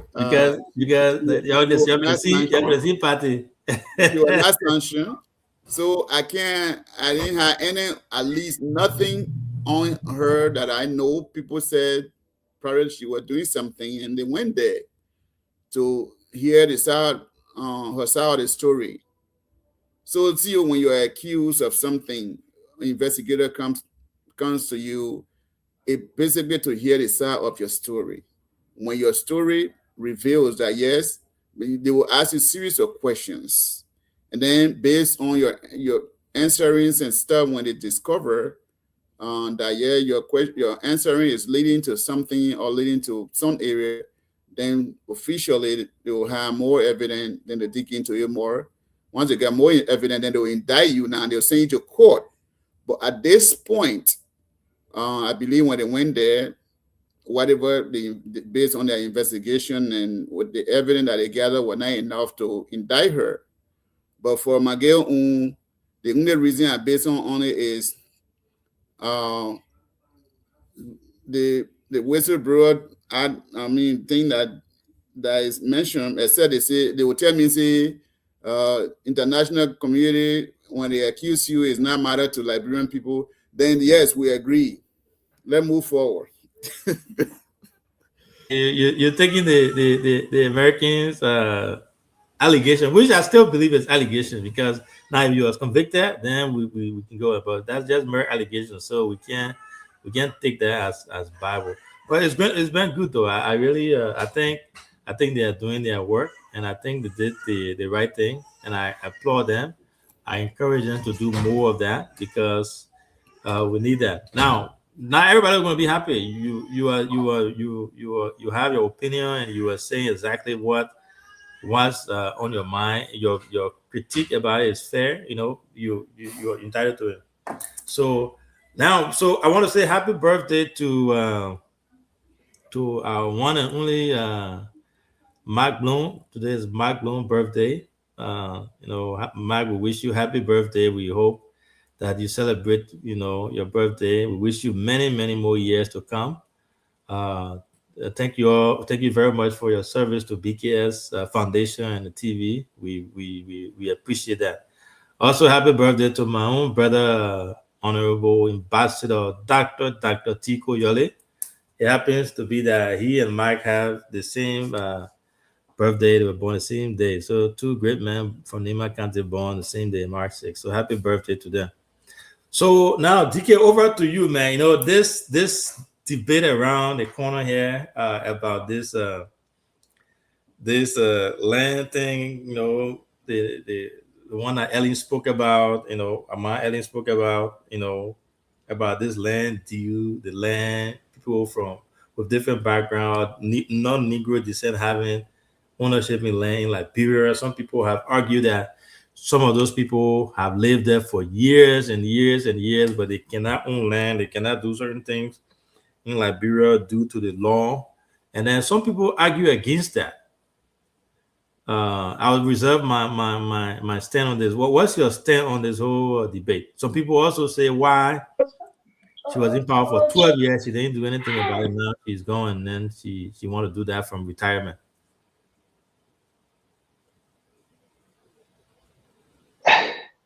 To be frank, I think I'm one of those who support opening our citizenship to everybody.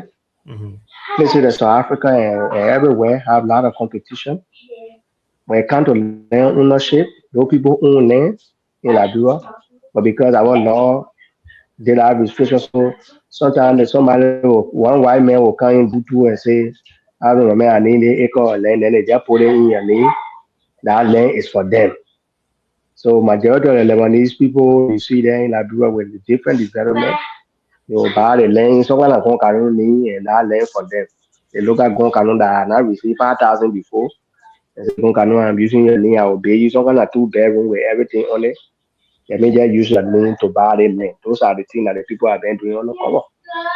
But sincerely opening our citizenship to me will bring a lot of competition. One of my reasons is before then we used to say, oh, the Congo guys did this. But since after President Doe time, our government have been ruled by the indigenous. And the only thing they can do is to either set the Capitol building on fire, they demonstrate, they remove speaker, they do this. So I think that the opening the citizenship will bring serious competition across the country. And so yes, because I think when you open the citizenship and white men and American everybody will come and open good schools in the place, and our children will be able to go to good schools. One white man will be contesting in Booyah, for example, that you will build all your expertise and everything. We have people doing with that last time. And people doing that, your brother. Yeah, so I don't, and the issue about Ellen, to me, Ellen was the Senate bearer of our party that we disagree with. Ellen don't trust anybody in Liberia. I remember during the NOCA debate, Ellen had to bring one of her grandsons from America to present. So Ellen feel there's no child in Liberia that is qualified. So I don't take Ellen seriously. Yeah, I don't take Ellen seriously.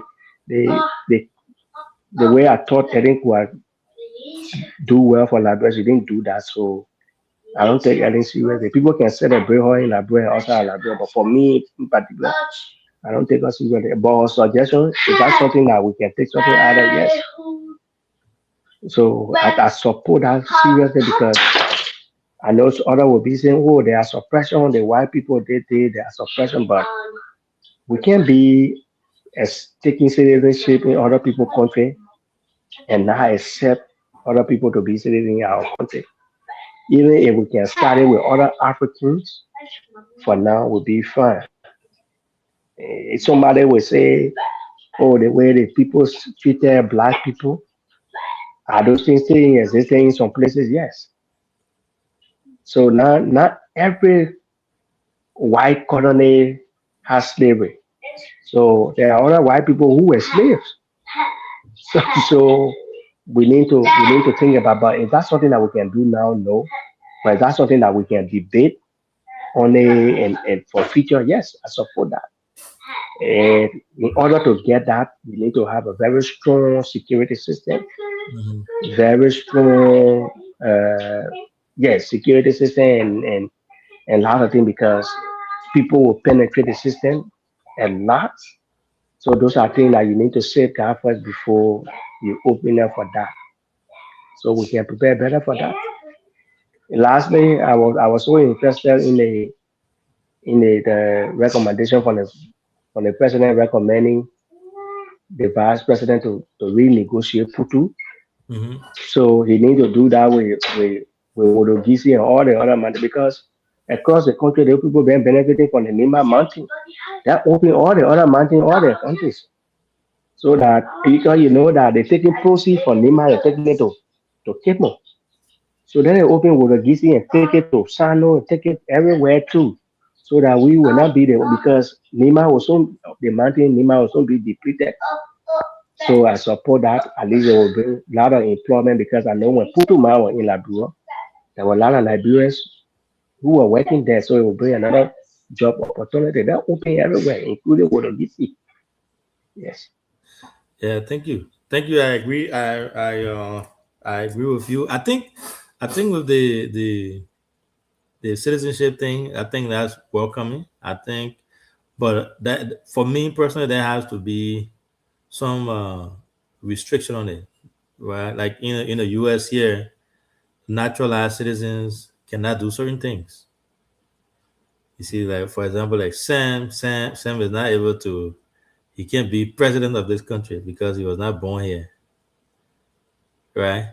So in as much as we encourage that, as if it gets to the point where it goes through referendum and people start to even discuss that, I think that it's something that should be done, but it should be done with some type of guardrail where they got some restriction on it. It's not just full citizenship. That's my my take on that. And then with the so Sam, what's your take on it? I think you've discussed this before. You're someone who's very adamant about it. Yes, I like last night we said, I said point blank, are we really for other folks who don't look like ought to buy land in our country. I don't. One thing though, see, I don't like the language in our constitution. I think that particular Article 27 should be amended. That word alone is so demeaning. Every time I read the constitution and see it, I feel so bad. The particular word Negro descent. Negro was the word that American described the slavery as nobody, zero people, zero under people who don't have idea of anything. So the whole for it to be still in our constitution like Negro, they're still using it as a really in a country constitution is so crazy. I think they need to even take that word. And the better word is should I put there now is black descent. Maybe that would be a better choice of word at this point instead of Negro descent in our whole constitution. Maybe at that time we might have some of our not travel into the US to understand better. But for my understanding now, what I've seen, what I learned, to see the word Negro in our constitution is so degrading, diminishing, and so sad to see it. I think they can put better word there. Okay, let's get to buying land. As a country, for other people who don't look like us to buy land in the country, I think we're not there yet. And why I said that, in order for those things to happen, we need to strengthen our laws. We need to put proper mechanism into place. But you were the same person that was advocating for us naturalizing Burkinabes yesterday, the aliens. Yeah, but what I said is that Burkinabes are African. So what we're talking about.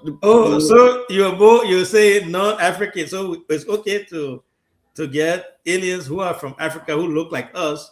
So, versus those that don't look like let's us. say because the way the Article 27 is written is more like saying white people cannot buy land in our country. That's what they're saying there. Okay, what you say? And I said, but instead of using the word white people, they said Negro descent. So unless like Negro descent, so that's why I said the word Negro alone is just pathetic. It shouldn't be there. But yes, I agree with the Constitution.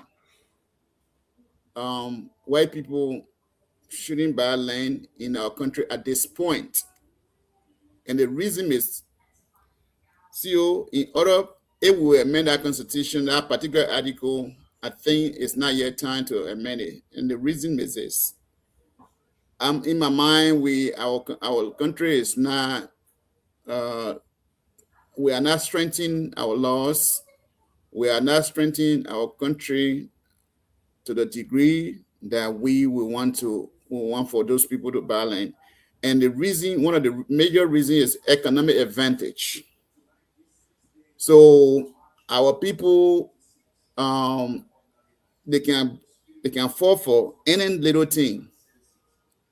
So if we give opportunity to white people to be buying land in our country, I want to believe that they will buy the best of all land, and it will be difficult for Liberians themselves to even get land, because not every Liberian people get land in that country. People who want to have their little money to buy land, they will not even get a place where they want to buy, because there is something we call economic advantage, the economic disparity in our country, where the poverty rate is so high to the point where our people can fall for anything. At this point, I think in order for us to amend the Constitution, let us do a little bit later on. Let's focus on strengthening our laws and make our country vibrant to the degree that, yes, everyone can have, little bit of middle class status, then people will not just fall for anything. Look at what's going on in our country right now. People, because of poverty, people selling land to 1 or 2, 3 people at the same time. It's not good for our country. Let's go back quickly. The example is happening now in our Big brother, cannot disagree with you on one point before you continue. Go ahead, Chief. Okay, the criminal conveyance of land is illegal. Is even punishable when you are convicted to over 25 years in prison. That reselling your land to 2, 3, 4 per person is illegal. In fact, there are laws on the book about the Liberia Lands Commission. Some of those institutions are just there taking pay, they are not doing anything. That particular criminal conveyance law that was written by Councilor Tiago and passed into law, the surveyor, the person who reselling, the person who rebuying without investigation are all subject to go to prison. Mm-hmm. The person who even reselling it is to go to prison for over 25 years. Mm-hmm. There are laws on the book that are very strong. Okay. But if the argument is because people are reselling land to 2, 3 persons, that why we don't want to open our citizenship or give opportunity to Negro descent or other nationality to buy land in the country, then our argument is flawed. The law we have on book for it, we need to straighten it first. So do you get what I'm saying here? I'm talking about economic disparity in our country, poverty. Yeah. I'm not saying that the laws. First of all, I said if we want to go to that level, we need to first of all strengthen our laws. Liberia is not to that level yet. Okay, the popular view, or maybe the less popular view, would be like, oh yeah, it's an economic opportunity. Well, let's look at it too, though. People could come and buy land, and at the end of the day, you will see people will have the best place, and we as a people will be struggling. So with that, I think that it's not time yet. But with Burkina B thing we are saying, Burkina Bees are African. Okay. The similar as they are African, but what's going on there too is the poverty thing that we're talking about and the generosity of Liberian people. So they came to Liberia and they say, okay, they enter and they say, okay, you sit down here and make farm. When you made a farm, so we can share. Okay. Now the Burkinabes are there, they enjoying the country now, and Liberia is a free country. So they having freedom, they're doing everything. Now the people want to get rid of them. So it's getting tough for them. So that's a common example for us, because some of them, they say they're buying the land for little or nothing. Some of them, they're giving it to them because they want to make fun, so they all can sit down and share the resources or whatever it is there. So that's a similar example there. So at this point, the country is still like the way it is, and we start say, okay, white men can come and buy land. So one man who get $1 million can buy trillions of, how many acres of land can sit down in one place and buy it? But it's not buying everything. Liberia got Google land. Yeah. They will buy it. What up? The men will buy it up more. They got money. Exactly. So what we're saying is, like, if right for the put it, he said, the citizenship here, we can be citizen, or we cannot be citizen, but you can't be, if you're naturalized citizen, you can't be citizen of you can't be president of this country. There are certain things that Constitution will not allow others to do. So I think that we are not there, we are not ready yet. Yeah. We are not ready yet. If they can buy the land in Gonkanuni, well, at the end of the day, we know Gonkanun still get a land. But they done made a good point the last time that we as a people should have digital that whole land thing, so that we will be able to get quick access to a lot of things. It might not be 100%, but at least we cut down a lot of things to either 75 or 80%. Thank you. DK, when you were in Liberia, you used to say gas, right? We can just Whoever didn't get the asking me. no. Because the topic go to that selling gas business. I want me to ask that question. No, so the issue, even the issue about the land, I told you about my experience in 2010, where my kids stay now. When I bought our place in 2009, it was 2 lots. I took all the building material down Johnsonville. I took all the building material there for us to start foundation. The moment we got there, police truck came. Somebody in Massachusetts, family came to clean the land. They said that was their land. Now, for 2 lots, from 2010 up to 2015, I fought that thing in court for over 5 years. Instead of getting a 2 lot, they relocated me to half lot. Where my kids live down in Labrador. So that land thing, I myself have become, I lost the material for the foundation. I lost almost the land. Our own, the only settle is for 2 lot, they give you half lot. Let's say quarter lot. And the person who made me to take it was another fellow who had a place where my kids stay now. He told me, he said, my son, take the land because you are talking about 2 lot, my own were almost acre. They took almost acre for me, they gave me 1 lot here after fighting for more than 10 years. So my son, take the half lot and do what you're supposed to do here because you will not get your money from the people. And again, I put all the things they blame on the government. And you know that the guy who was selling all our places to us in Johnsonville, they call him John Hill. John Hill, all his family. Lot of people who in jail for 10, 15, 20 years. They will not be reselling land. So go to your gap. No. For, go to your gas. For the record, I wasn't just selling gas. I was a money changer. Yeah, for the record. You know, the Liberia government say, I put it plain English. Liberia government say the thing that happening in Iran is going to spike up gas price, so they have come up with new policy to restrict the movement of gas from Ganta, from Nima County to Ivory Coast and Guinea. You know, now the reason I asked if you're selling gas, you know, they got some people there, young business guys who live off of that. That's their own daily bread there. They sell gas to those countries. They transport gas here and there to be able to make it. So, and then the government has come up with this restriction, or they come up with this plan to restrict them from carrying gas to Ivory Coast and Guinea to sell. Oh, Cyrus, welcome to the show, Tabitha Ambassador. Cyrus, what's your take on this? You think it's going to impact the economy, the people who have nothing to do with the whole thing, restricting them from carrying gas to Ivory Coast? You think that's a good policy? Temporarily, yes, is a good policy. And see, this is the reason.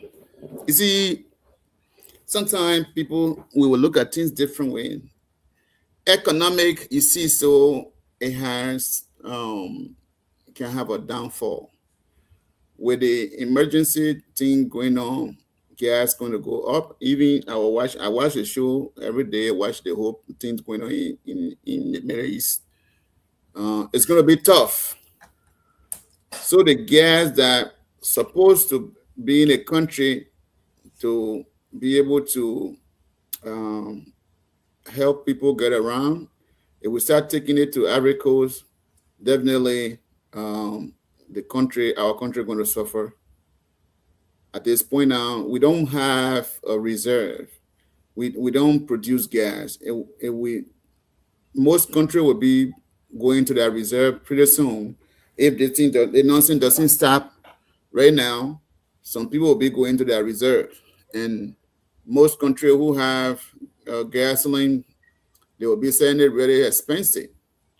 So the little reserve that we have, I would say reserve that we have, if we started buying it in huge quantity and taking it to the other country nearby, when we go out of gas, it's going to have an economic trickle-down effect on the Liberian economy at this point. So I think it's a good policy for temporary.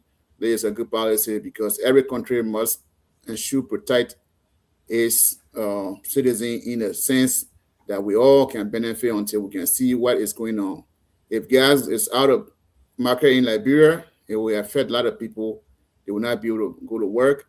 They will not be able to get around. Things will scatter. Liberian people, everything we think is political. We will take it to the level where they say, oh, Joseph Baga administration say they can do the no guys in the country, blah, blah, blah. But they will not see the bigger picture. They will not look at where guys is not in the country. But I think it's a good policy, but will they be able to curtail everything? Which I'm yet to see, because people will be passing at night and they might probably, if the security is able to block it, that's okay. But Liberia, I know we are yet to see. Thank you, Chris. I saw you shaking your heads there. Man, you're always in opposition there, so that's a good thing, and that's why we want you to come on the show. You've been listening to us. Before you respond to Sarah there, what's your take on all the things that we talk about? I'll give you 5 minutes to be able to peruse through all of them and give your take. If you listen to us and you have points. Thank you, CEO. Let me say good evening to the One Man Elder Council, the 1% family. I'm listening to you people when you're discussing about the land issue. I was looking for a different perspective. I saw people talking about the dual citizenship in Liberia, other nationality. It's a good idea. For me, it's a good idea. But there's a conjunction there. Are we prepared now for that? Is our system equipped to accommodate those people? Is where some of us become radical, we become critical. So what I'm trying to say is, even the United States of America, the Nationalization Act of 1790, when happy, they never just started giving blessings to people. They never. It went up to 1868. It's a record out there. Even the Indian Act, they allowed the Native American. It was around 1924. So America getting independent for 17. All the way to 1924 before it allowed the Native American to become citizens. You see the long range, they were preparing themselves. Are we prepared in Liberia? Are there mechanisms? Even today, the government cannot control people selling land in Liberia. People sell land, any price they want to sell, they sell the land. They can't even control in Liberia. So tell me, investors that are coming who get money our own people. We're going to be victimized in Nima. Are they will be victimized in Magibi? Are they will be victimized in Magibi? They'll be victimized in Grand Basso. If they will be victimized in Grand Basso, then the entire Mosul will be victimized. So I think that the government should try to do this for now. Go for experts who have vast experience in foreign policies, in land issue, legal people. Let them craft policy. There will be restrictions to those people. If the restrictions, they cannot buy more than 1 acre. There will be restriction. Because man, you, Bwaka said in a court, go not making land anymore. That's what President Bwaka said. So now it will start sending land to people. What become of children, unborn children, kind of questions, Mr. Badier. They said you were living at a time when you were highly engaged with MC. Why you couldn't stand for it? Then they became a question about living as him. And I don't think we're ready for that. President Bwaka, I know Manaseri, she trying to play political tactics. If she knew they was good, what she could do for 12 years. If she knew they was good, because she accommodated people, Nigerian men in our country, as she was starting in school with a Liberian. What she could do at that time. So the Oma always play, political tactics. And I don't think it's issue now Liberians are willing to go through the President Bwaka. Do not listen to the Oma right now. If you listen, You put in Liberia and Liberians at risk because we don't have the financing. Our people don't have the money. The people don't have the resources. Even to get one line Liberia now, so let's say one line now 5,000. Even around Cinco now is around 120,000 around Cinco. How you manage to try to buy land there? Because I spent seeing there on real estate opportunity. You see it? So in the land authority in Liberia City, don't have control on the price. They have no mechanism. People sell it in any kind of way. Yeah. So when you want to tell me at the end of the day, you bring people for idiot minute, you making use of people right now in Liberia, they bring other people out to them. We're going to be a better man. And it'll be very move to Tana district. We know it's going to be a quarter passing there. They'll start to go to our grandpa land there. We don't have money to develop now. They'll start to buy for other people at Black D. We're not ready for that. And the next point is the gasoline issue, CO. Yeah. I will look at it from different perspective. And what am I trying to say? If you look at the economy of West Africa, the West African state, right? ECOWAS, there's something called cross-border trade. Why were it introduced for? Now you're trying to restrict other people. Then why we have cross-border trade? So are you seeing the logic inside? Because if the cross-border trade, they have to do it and take goods from Liberia to Sierra Leone. What Sierra Leone don't have Liberia can supply them. As you know, we interact with the goods and the activities, the needs, the wants. But now you want to stop cross-border trade. That's what you're doing. So it became logical, CEO. I know Mr. Bado I agree because on your way to you in the party, you will not agree tonight. But the issue here is CEO. I know we introduce cross-border trade, the West African countries. I don't think the decision President Boubacar and his team, he was advancing the process. Even the George Manuel Weah, who they said they don't know book. When COVID was tough around here, there was no rice. He never be straighted. You know that parents see you, you know the parents can even see you. You know, the weird that they say people still in line for gasoline with Ghana, right? So now they don't want to do that because a lot of gasoline go out of country. People want to stay in line for gasoline. So now they become what the criticize saying now. If they try to become skeptical. But yesterday they may not put them in allow cross-border to continue. Why they can't do it now? I challenge the government. CO, if they allow this to happen in next one more, Liberia cannot should have demonstrated Liberia because where they getting gasoline for? People supplying them, the land cut. With this same Metina, the lawmaker, the music generator, call 5,000 into their homes. With this same Metina, so much they get to the port there, it's not going to work. So now my question is, CO, now they stop gasoline to go Africa, Guinea, and Sierra Leone. So when gasoline free Liberia goes to bring gas in. Now look at that. Now you stop it, not go there. That's a great question. Right? Now you stop it, not go there. If you're unfilling for the people, will you go to bring gas? Now look at it, have be critical. Now you agree, you stop it. But when they're filling before the people, what becomes of you? Will you go to bring the gas in? So actually they were advising the president of Boubacar revisit that decision. Now be careful. Liberia is a very small land. Sierra Leone is bigger than us. Guinea is bigger than us. And the people say getting us gasoline for France, who knows? They get it over different place, who knows?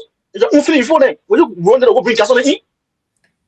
I think it was wrong and bad that they should have consulted Mr. Badi, who's the policy maker, to go advise them better. So what is the policy maker? What is the policy maker? No, he's a good person because my people most of the time you have good, issue for Liberia, but again they're trying to take the feed and I'm beginning to question where you're going. But I hope you will not be baptized with the rescue water. So the issue is we shouldn't allow that to happen in President Boubacar. And I think they need to go back and revisit that decision because Manu, when they're feeling Liberia now, we will go to bring gas in. But again, we wish them well, CEO. We wish the people well, and we are here to watch the process. If the feeling will call on our international partners, Saudi Arabia to bring gas in, we'll still do it. Where that's the connection, we'll still have that. Thank you. Thank you so much. Thank you so much. I think a man raised a great point there. How would Ivory Coast and So let me come in. I know I'm coming straight to you. Don't worry, you come in. Crystal, a man raised really great point there. How would Ivory Coast and Guinea react to this, just in case it turns out to be the other way? I think that's a great point. That Cyrus, I saw you shaking your head to your Wells Fargo, not Wells Fargo, but your Fargo Piggy. Well, what's to say of that? You know, my Pekin is a good talker, but you know, you say you're on here for politics. It's a political plebeians at this point. not everything.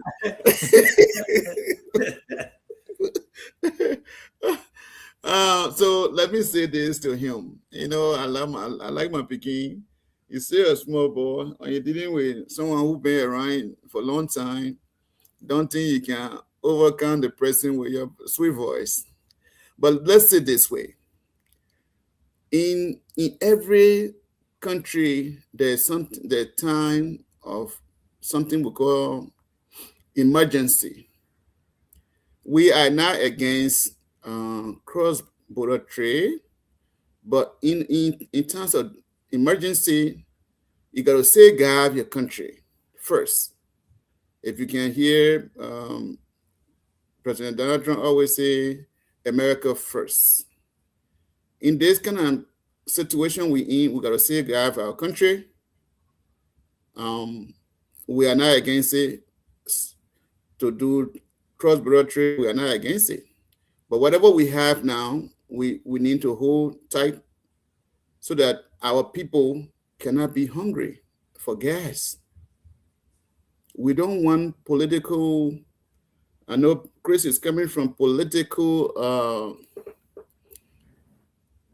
what I would call it, for lack of a better word, for political disaster to happen so they can, you know, gain their political point from on it and say, yes, and we told you people, no, we don't want that. Chris, even though you always say, I'm crossing over to the Unity Party, but Chris, I want to tell you that I'm an independent voice on this show. I'm not a Unity Partisan, but I speak for the country. And I want to remind you that when Liberia is doing better, I am happy. When Liberia is in crisis, I will cry because I'll be looking into other countries and say, wow, what did we go wrong? What I experienced in the 80s, you were not, that time you were not born yet. That's why when some of the things, when it's coming, we try to prevent it for the benefit of you young people who will still go to Liberia and make sure that Liberia, you know, you enjoy your country. That's why we are here to guide you through. So, we are preserving and reserving our reserve. The little one we have, we want to manage it. We don't know how long this conflict will continue. Okay? We are not against cross-border trade. It's a good thing. But trade happens in a normal situation, it's okay. But with the emergency, Liberia comes first. Our citizens come first. So we want to preserve it for them so that everybody can be in line, like during the days of old. So where people were sitting in line with gallons of gas, they couldn't get gas. We don't want to go to that level. That's why you call mature government being when mature government is leading, so you got to be far-sighted. Okay? So because what do you define as mature government, Mr. Independent? This government, as for one, I see it as a mature government where they are far-sighted to see in a state of emergency. They say, no, we have to reserve this for our citizens. We're not going to be dancing and forget about ourselves. So that's why Joseph Boakai is not dancing and sleeping. They say he's a sleepy Boakai. Myself, I call him sleepy papi, but now he's awake. Okay? Now he said, nope, we care about our citizens. At this point for now, let's reserve our little gasoline. We don't know how long is the conflict going to continue. That's why I welcome that particular decision for now. Okay. Chris, as a young man, sometimes call me, I will guide you through.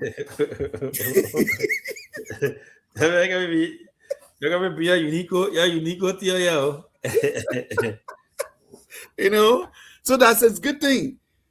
That what we call mature government, farsighted. Be sure that your citizen can suffer. What it mean? See, you know what it mean to go stay in line and have some for gas? No. But Chris struck a point that if our own finish first, we don't. That's the reason why we don't want for our own to finish first. We are doing everything to reserve it for the people, and I believe they have done their research. The one that will be good for Liberia for now, maybe that even 6 months will reserve it for them so they can't suffer for gas. Thank you. Thank you so much. Thank you so much. You haven't answered the question. The question is, hold the constant factor, right? A constant factor. If Liberia finishes first. But I have hypothetical question cannot be answered at this time. If we don't want to speak in You should answer it hypothetically too. Yeah, I want you to tell me when it finish. We want to we're reserving it. We're not using if. Yeah, thank you so much again. Happy birthday to our brother Mark Bloom and Honorable Ambassador Tiko Yole. Wish them a happy birthday. Tomorrow we'll be hosting Ivan Wisse. He's going to be our guest here tomorrow. It's going to be a fiery show. It's going to be a really great show. I mean, everything we're talking about here is going to be laid out from the LCC stuff to everything. I even saw a post from him there that Liberian people should not fall for LCC gimmick. He believed that they're just setting this up to make it look good. But again, I'm quoting him. The next person they're going after will be the former First Lady and other folks there. But anyway, so we've been here for that time. So I will ask Chris, you can give us your parting statement here. I give you 5 minutes. The same thing with Cyrus, and then we'll go from there.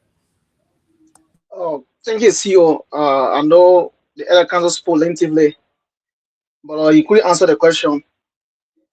I know he tried to defend it, but it's a wrong footing the government is taking. We'll keep saying it's wrong, and we hope that our people will not be victimized in the process. I know you tell a good point. I know we'll tell you tomorrow, but I might get issue with CEO. I know we'll do it tomorrow, but this government, not serious government. This government, not serious government. The government, Mr. Biden saying was serious government. They're not serious government. When you said a man employ people within the system, you lay out all people. You think Martin say the man free? Yeah, when you lay out the proof on the job, are that same Mr. Biden? Is there what mature government behave? Those guys they are not different from the one who called the Zanu PS in South Africa before. They are behaving no different. Okay, so the issue that is President Bouaka setting a very bad precedent. The LACC today, the Liberia whatsoever they have today, they were President Weah regime that gave them the power to prosecute people. Why President Bouaka cannot allow those people to go on with their function? Why they can't allow them? So there are things the government doing at the council, and I hope that one day you will not be baptized with that water. Don't be baptized with that water at the council. Because our country is at a crossroad. Our country is in a position that needs men. That's what's on our send off today. Because where we situated now, it needs men with visionary to rescue this country. Because the government have no vision. This government, the only thing they good at to go after people who they think is not supporting them. Guys, you know what? Veteran-minded person, the Supreme Court told them to register the men they have done it. No. So that time of a veteran-minded person, how many Nima can they put talking about it today? No. That's a young. When Supreme Court force them to reinstate the person on the pay, have they done it? No. They said since I've been governor, since I've been governor, a lot of things, what do you call, have they been said no? So you talk about mature government, is that a government, Mr. Barrier, to break the rules in the Supreme Court? The higher court land, that the government mature government, Mr. Barrier. That's not a definition of mature government. Mature government should be someone who respect the rules of law. You cannot be the father in the house. You dare respect the policy of the house that govern everybody. Is President Boga rescuing people, Mr. Barrier? You know how many Lofian crying today in Lofa Kante? He only appointed one sound or trying Lofa Kante. Have you listened to the cry?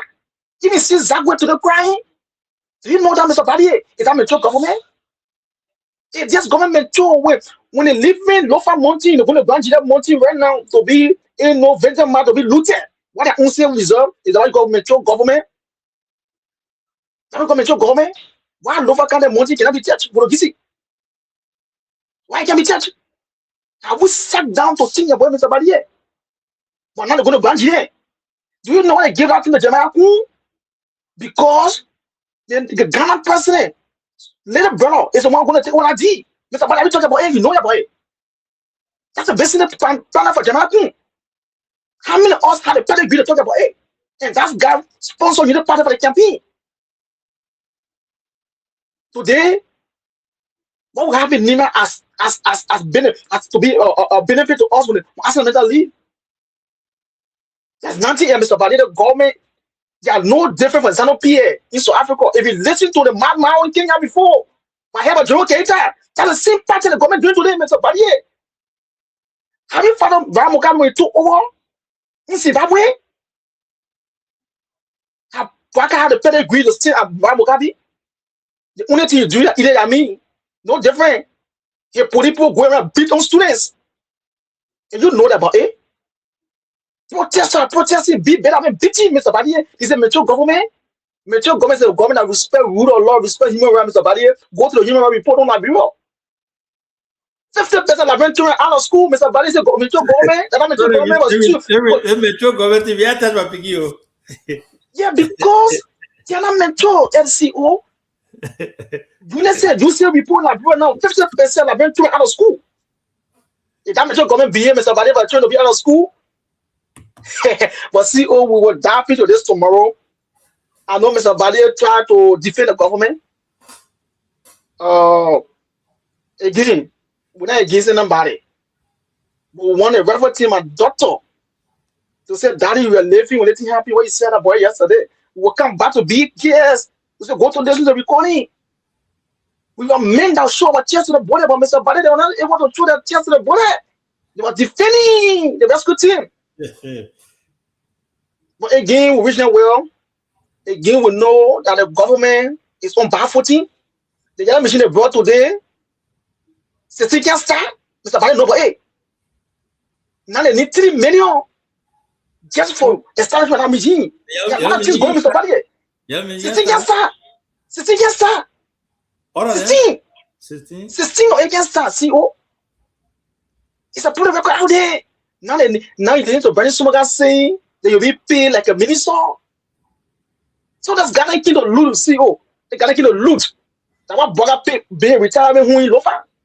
When you give which Mr. Barrier take over from them, and know the government have done nothing. The only thing they know to break people house down.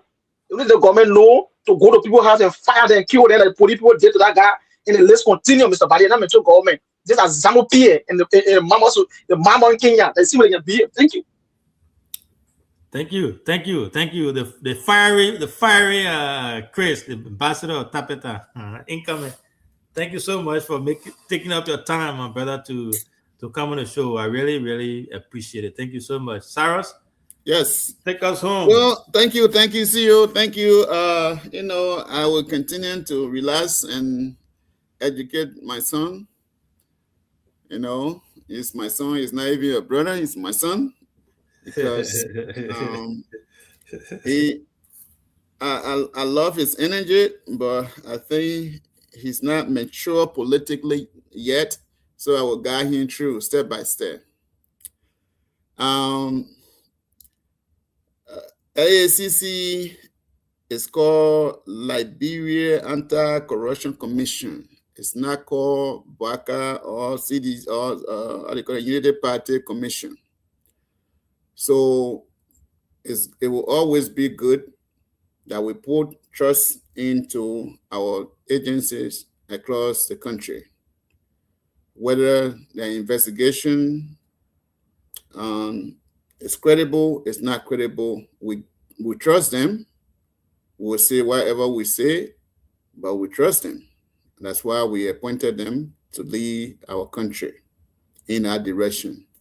So if they say McGill is free in that direction, it means McGill is free, because that's what mature government does. There was some other government that I know, they will suppress the director of the LACC to go and anyhow punish McGill or throw him to prison so they can score political point. We witnessed this during the time of the former Justice Minister. She was thrown in prison for political benefit.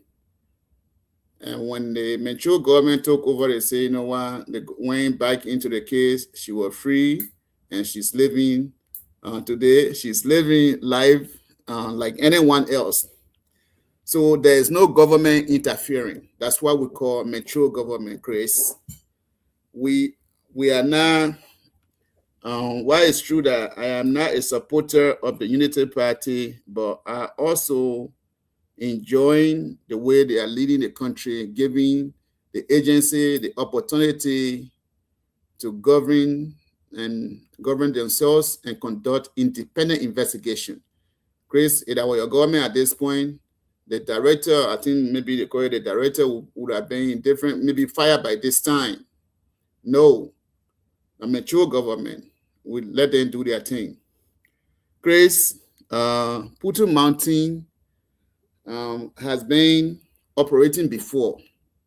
So it got shut down at some point in time. And the government think that it is important at this point to open the mountain for economic benefits for the people. The money that will come from there is not going to stay in Southeast.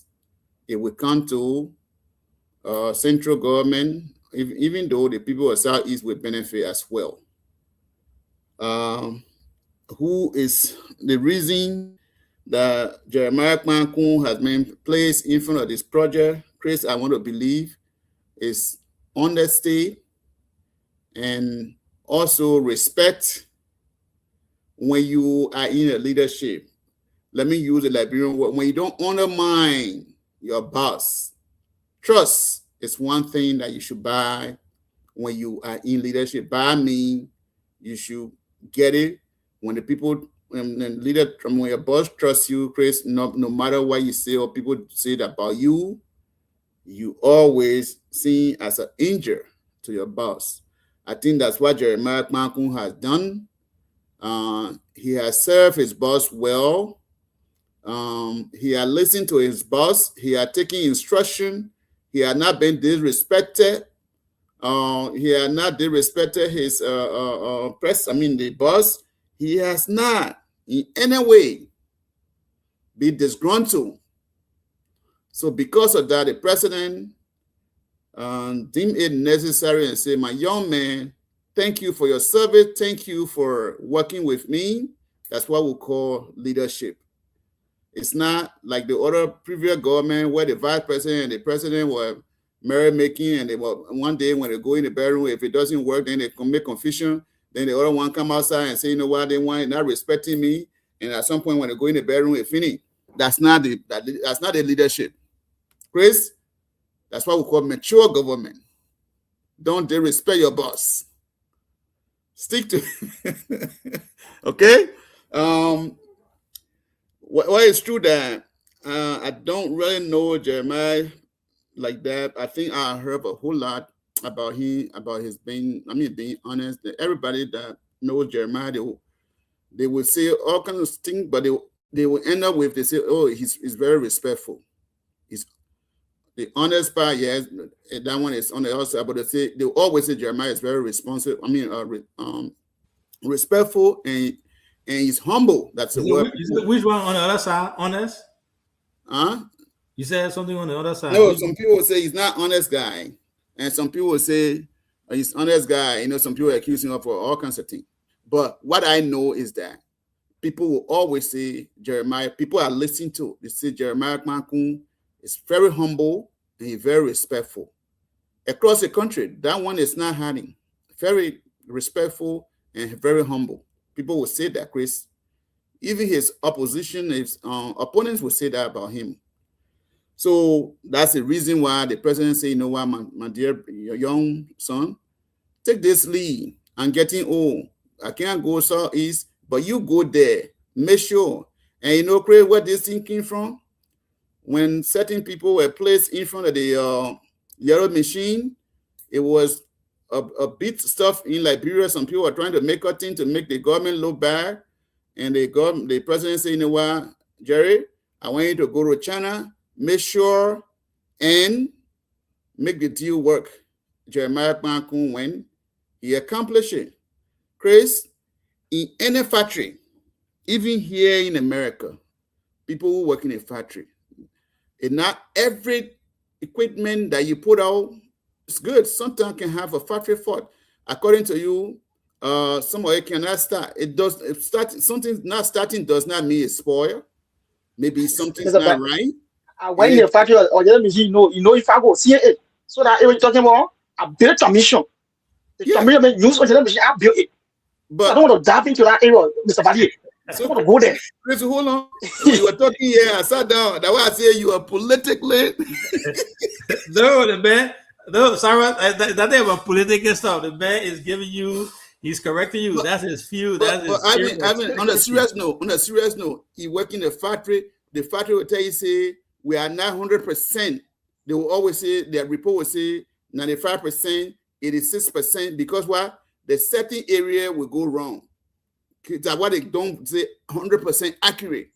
Craig, you working in factory, have you seen 100%? But Mr. Badier, they were not, when it comes to starting, right, the transmission. So when we build a transmission, connected with the engine, right? I know you are not an engineer on machine. I'll answer my question. Say you want for the talk. I went to see the BKF factory that produces the machine. Yeah. In the time where I went there, I built a mission. That I'm telling you is before you take the machine outside the factory, you will drive it for 2 hours. For test drive. Yeah. So when you're taking the machine, like before taking the library, they don't have test drive. But this is why you now understand. Even a brand new car, you can take it from the parking lot, you can carry it home. By the time you carry it, sometimes it can have a mechanical fault. Not 16 of them though. Not 16. If what Chris is saying is true. Out of 285. No, 137. No, 137. I agree. But what I'm saying, I said out of 200, okay, like 137 at this point, you get 16. Get the people the B+. No, Mr. Badier. No, Mr. Badier. Mr. Badier, the TA, right? Who never rushing to bring a machine like you? We're not debating. They were rushing. They were rushing to bring a machine like you. They were rushing to bring a machine like you. That does not mean that it will not start, Chris. It can't start doesn't mean it will not start. Yeah. Chris, let's very close. We'll come back tomorrow. It will be fine. So it can't start doesn't mean it can't start. It will not start. Yeah, go ahead, Chief. Close up. So that's what mature government is about. So Jeremiah Kmakun is being placed in front of the project in Putu Mountain. Chris, and you also said, well, not Lofa, what do you call it? Worogisi Mountain. Chris, we got to take it step by step. If we use all of our mountain, we start going to it now, at the end of the day, what will happen to Liberia? We take it step by step. Lanco is about to go. It's going low already. And we will start we'll dig into Putu, how they call it, Worogisi Mountain. At some point in time, it doesn't mean that the money that will come from there, they will say, local people will say, oh no, you shouldn't share with Nimba. We are share with them. And we are share with the country. It does not mean that the money will not come to us. We will still be beneficiary of Worogisi Mountain. If time comes that we get to the level, we will get there. So we will be a beneficiary of Worogisi Mountain. Chris, Do you understand this? No. Do you really want to talk? Because No, close, let go, close. No, I know. So, Chris, do you understand? Because you want to talk. I mean, what I know, you're the young sedition. One thing I want you to understand today is that this is not a way to amend that government. Thank you. You know, you guys brought Thank you, Chief. A word from, feel that me quick, brought a word from the apartheid country.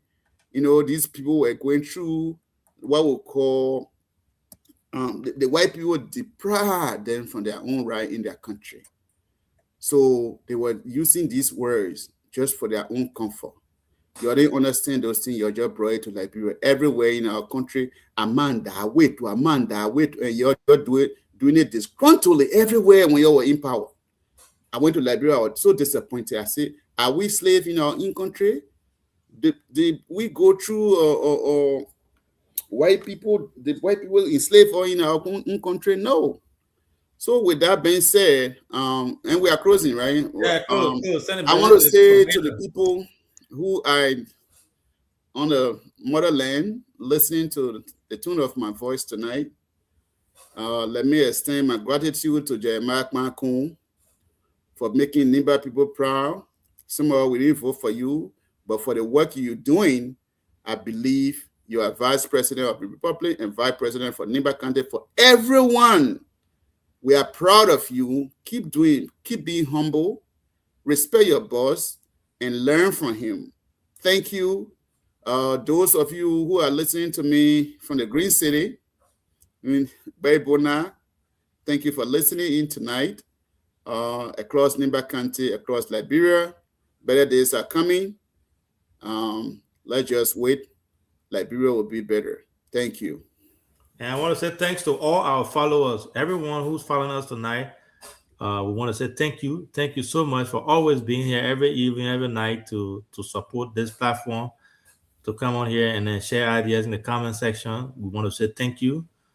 Thank you so much. We appreciate that. So we look forward to being back tomorrow. Share the link tomorrow. Share the page. Invite others to like our page, and we'll be back tomorrow again. Alvin Wissa of CDC will be our guest tomorrow. 9 p.m. Liberian time. We'll be here to have some great discussion. We'll be here to hear from Amanda Aweto. What else you going to present here, Amanda Aweto? And see the thing is the body talk like I showed you Jamaica even homo. Jamaica one of those who on a man Prince Johnson to train for a party. Your mother went to bear Prince Johnson. So there are things that we know, Mr. Buddy, don't go there. Well, those the doctors are there, you know. My brother, let's go. Let's move forward. Thank you, guys. We'll see you again. Good night, guys.